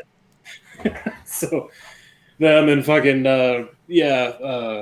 what I said before, which is fucking Churchill and Kleist, German general. And like a bunch of other fucking people. Not by like a huge like close degree or anything, but at the same time it was like, well, that's a lot of fucking like weird connections. I haven't gone through the whole list yet because there's like a lot of it. But like she even breaks down like, oh yeah, you were this person on the Mayflower's descendant or whatever, and they almost drowned, they fell overboard and got brought back on. It's like, oh okay, that's cool. So I mean, I don't know. I know people don't do a lot of family history stuff anymore, but it's nice to see that somebody still does that kind of stuff because it's interesting. Yeah, my wife did that ancestry thing for her. We paid for that for like a year. And it's like some bleak stories back in the past in your family. Because there's a lot of pictures and stuff. Pictures until like the 20s and 30s when pictures didn't. Kind of before that, it was less common. But it's like, oh yeah, this whole American journey across the country has been nothing but sad. Well, because mainly you're looking at birth and death records, and that's about it. But sometimes there's pictures of people, and there's this woman that she's related to. I think she was in Indiana. Like this was before Indiana was a state, and this woman looked like someone who could beat your ass. I mean, this woman looked like someone who could like carry like a dead horse over her shoulders, and I forget what her name was, but she just looked like the most stone-faced. Like it was just a picture of her alone standing next to a house, and she was probably like 5'8" or something, which would be incredibly tall back then. I was like, yeah, these are your ancestors. That's Grandma Stone Thrower or whatever. I don't know who these people are, but it's like, wow. They look like they live very hard lives, because if you're stopping and that's your picture, where you're in front of a house and you're obviously much taller than any of the other men or women around you, and you're just looking like this, it's like that's your picture. That's the one picture of you. Oh, so here's I opened the email again just to like see some of the breakdowns. Like this is this family tree. So my 9th grade paternal grandparents, Maureen Duval from 1630 Nantes, France, in the 5th of August, 1694. Her descendants are Harry S. Truman, 6th great-grandson, Barack Obama, 9th great-grandson, Dick Cheney, 8th great-grandson, Gabrielle Duval, United States Supreme Court Justice, Bessie Windsor, Duchess of Windsor, Betty Duval, Confederate spy, Robert Duval, actor, and Warren Buffett, billionaire entrepreneur, 6th great-grandson. And so it's just fucking kind of interesting. It's like, oh, that's fucking cool. Like all those people are technically related. Yeah, that's wild. Well, it's my family gets shit done. I don't think anybody's famous in our family other than like we have a cousin who was like played minor league roller hockey. Oh. Yeah, the Murphys aren't like, they're not like famous like in public ways. They're like people know, but they're not like the guy who hit the home run or something. Well, we have a grandpa or Engelhart who played for the Cardinals. Yeah, he played for the Cardinals. Yeah, I think that's cool. I mean, shit, I think any kind of like family historic stuff is cool, just because it's nice to see like where people come from and where they started off at and what the family's become now. Because anybody watch an American Pickle on HBO, Seth MacFarlane. Okay, because I watched that the other night. I forgot to put Seth it on. Rogen. Yeah, Seth Rogen. Sorry, but yeah, that was kind of interesting because like it's not really a comedy. It's more of just like a dark drama with like him just wanting his family to succeed, and then he's just really pissed off. And this is his. Or I guess he's not pissed off, but he's like mad that his last relative like is betraying him the whole time because they're both sabotaging each other, trying to ruin each other's lives like the whole movie. And it's just kind of like an interesting take on like ancestry a little bit. Like it's just kind of funny in that way, but I think it has like maybe 3 jokes in the whole movie. So I was kind of expecting. Yeah, I mean it's not a bad movie at all. It's just kind of like I wasn't expecting that level of drama or a story, I guess. Well, I heard some good things about his performance in it. So no, he does a really good job playing both characters. Like there's only a few times where I can tell like the screen tear from the green screen, putting them both in the same scene. Because like the newer relative like looks really horrible in the cemetery, but he doesn't, and it's like, well, you can tell who they digitally added to this frame. So I was like, well, it seemed to, I don't know, because I thought the old technique of like doing an actor playing 2 roles on the same scene was that you split the frame in half. So you like found a central point in the middle, and then you melded the frames together. And I was like, you'd block out one side of the film and you'd expose one side, and the actor would go to the other side and you expose the other side of the film. Okay. And that's how they did it old school wise. All right, because I kind of figured they're not going to do that now, especially like a walking scene through a cemetery or whatever. But at the same time, because like a lot of those old scenes were like a static pose, weren't they? They weren't just like a action. Yeah. You weren't moving the camera. Okay. I could do stuff. I mean, even did that shit in Multiplicity, where you just had a guy in a green screen suit and you just painted him out and put Michael Keaton over him, or Michael Keaton, right? Yeah. Yeah. Okay. Yeah. I haven't seen that movie. Got confused. I was like, wait, there's another Keaton. Buster Keaton. No, there's a third Keaton. Who's the guy in Spinal Tap? Oh yeah. Oh. And he was in Better Call Saul. Yeah. What's that? Fuck. I think it's Keaton, right? It's like on the tip of my tongue. I can try to look it up now. Michael McKean. Oh, okay, that's it. Never mind. Yeah. My bad. Yeah. Close enough. Yeah. Well, that's all I have for this week. You guys got anything else? You want to hear me talk about Tenet? I haven't seen it yet. I still want to see it. Yeah, I haven't seen it yet either. Okay. You want me to hear me talk about the Criterion movies I want to buy right now? I do want to talk about Tenet, but at a future date. Okay. Okay. I'll just say this. Oh, go ahead. Tenet is cool. Tenet's really cool, but it's very far up its own ass. Okay, good. And also, here's another funny. I guess here's a funny thing. I forget the guy's name. It's like Isaiah Washington or something like that. I should look it up. Anyways, I thought somewhere in the movie, I was like, is he doing a fuck? I just immediately forgot the guy's name.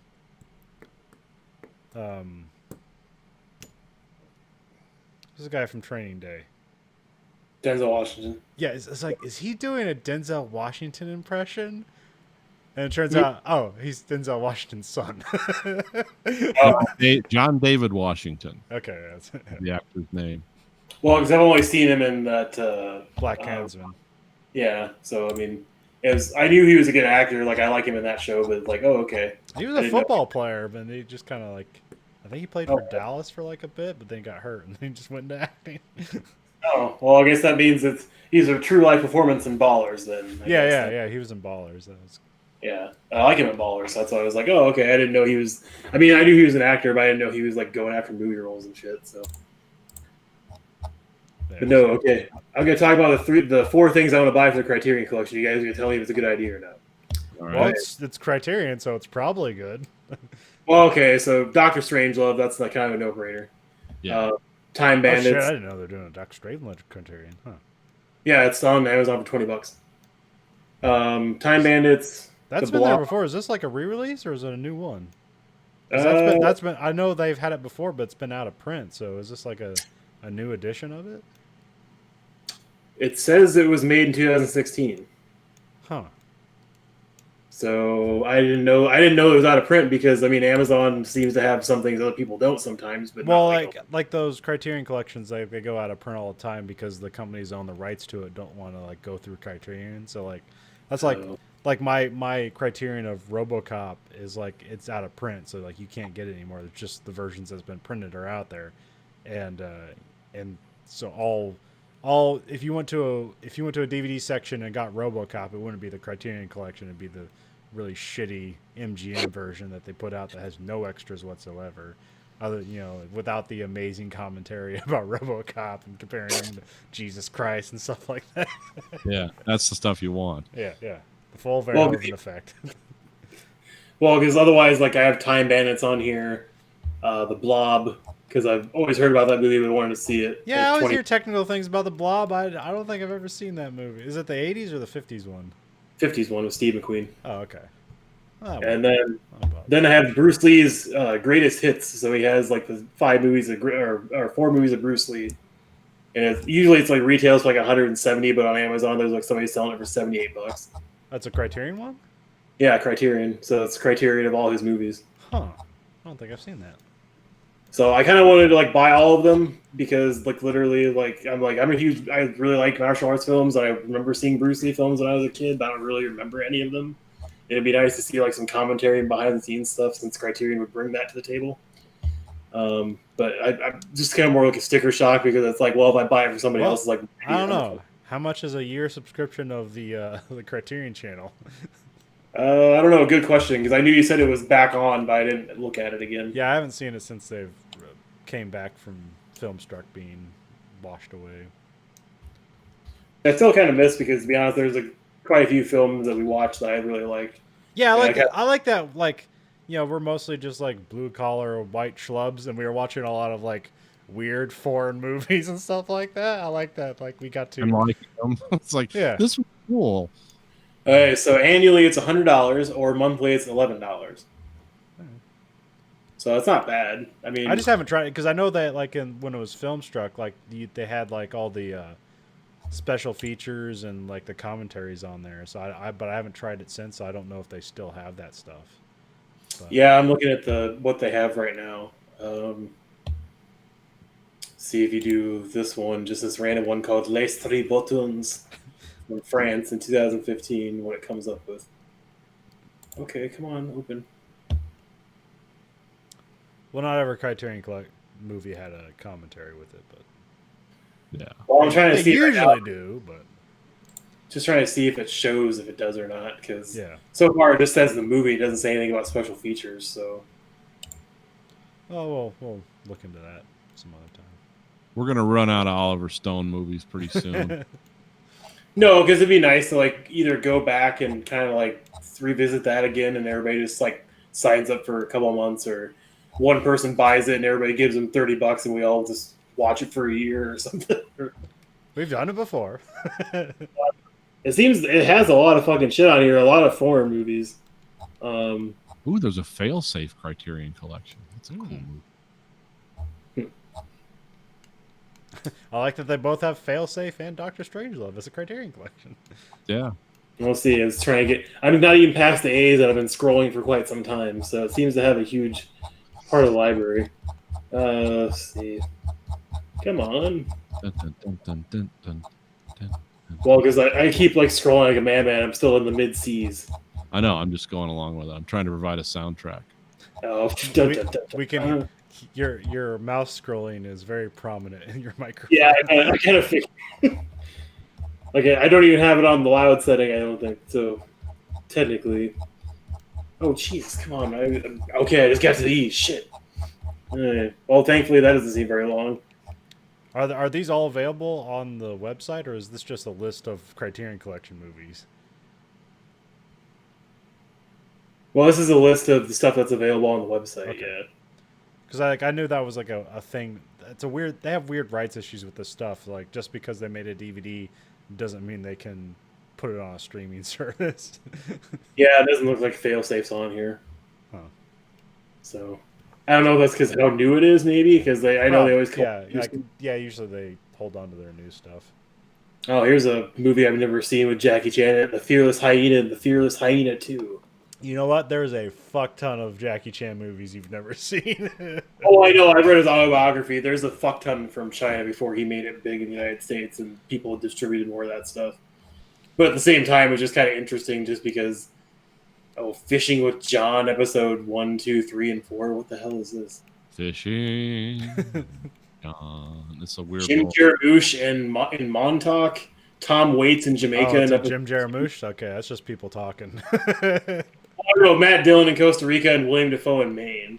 So like, each episode's one's amazing. I've seen that one. Oh, really? Yes.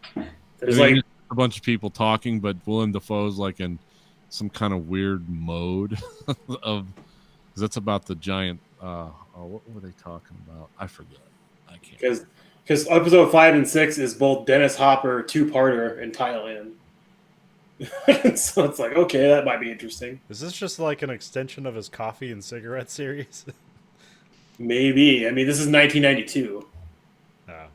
So this is a while ago. I don't know if like this is his first foray into that endeavor or what, but might be interesting. Oh yeah, I mean, Jim Jarmusch always has interesting stuff. It's just not necessarily like coherent or. It's one of those. Every one of his movies you kind of just watch once. It's like that was neat and different. You don't really go back to them, except for Ghost Dog. You go back. To And apparently, there's a lot of Olympic games on here as well. Huh. Games of the 21st Olympiad, games of the 16th Olympiad. I Yeah, I mean, they do do a lot of documentary stuff, so that makes sense. They do a lot of restoration work, so that'd be neat to see, like, restored Olympic footage. Yeah, there seems to be quite a few documentaries on here, actually.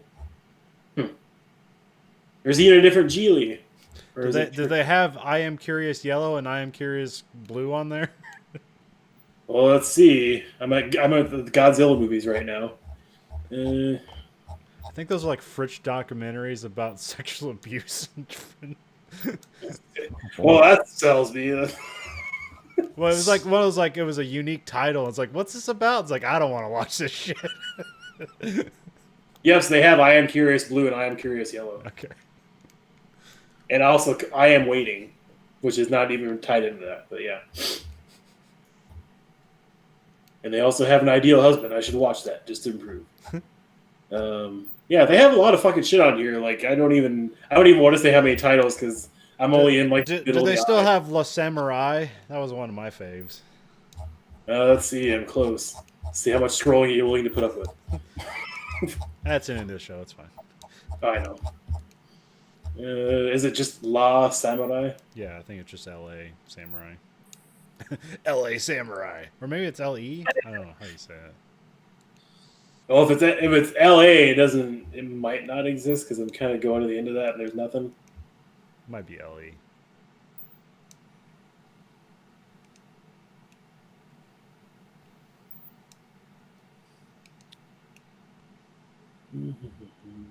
No, it doesn't. Unless it's spelled someone entirely differently, it's not. That's on all right. I've seen the movie. I just remember that was one of my of that when we were doing Criterion stuff. That was one of my faves. Was the La Samurai. Yeah, but completely nudist. You This want to week, watch a nude movie called Lions in Love? Come on. Don't you want 30 more minutes of us scrolling through Criterion titles, Nathan? I mean, you can. Oh shit! The Goodyear man's in a thing. It's 2010 French cartoon with a Goodyear man as like a sheriff with an M16. The fuck is this? All right. Sounds about right. It's a good year, man. He's wearing a Carl's Jr. hat. What the fuck is going on here? All right, Let's sorry. speak for the American Greed Factory podcast. This is Nathan. This is kind of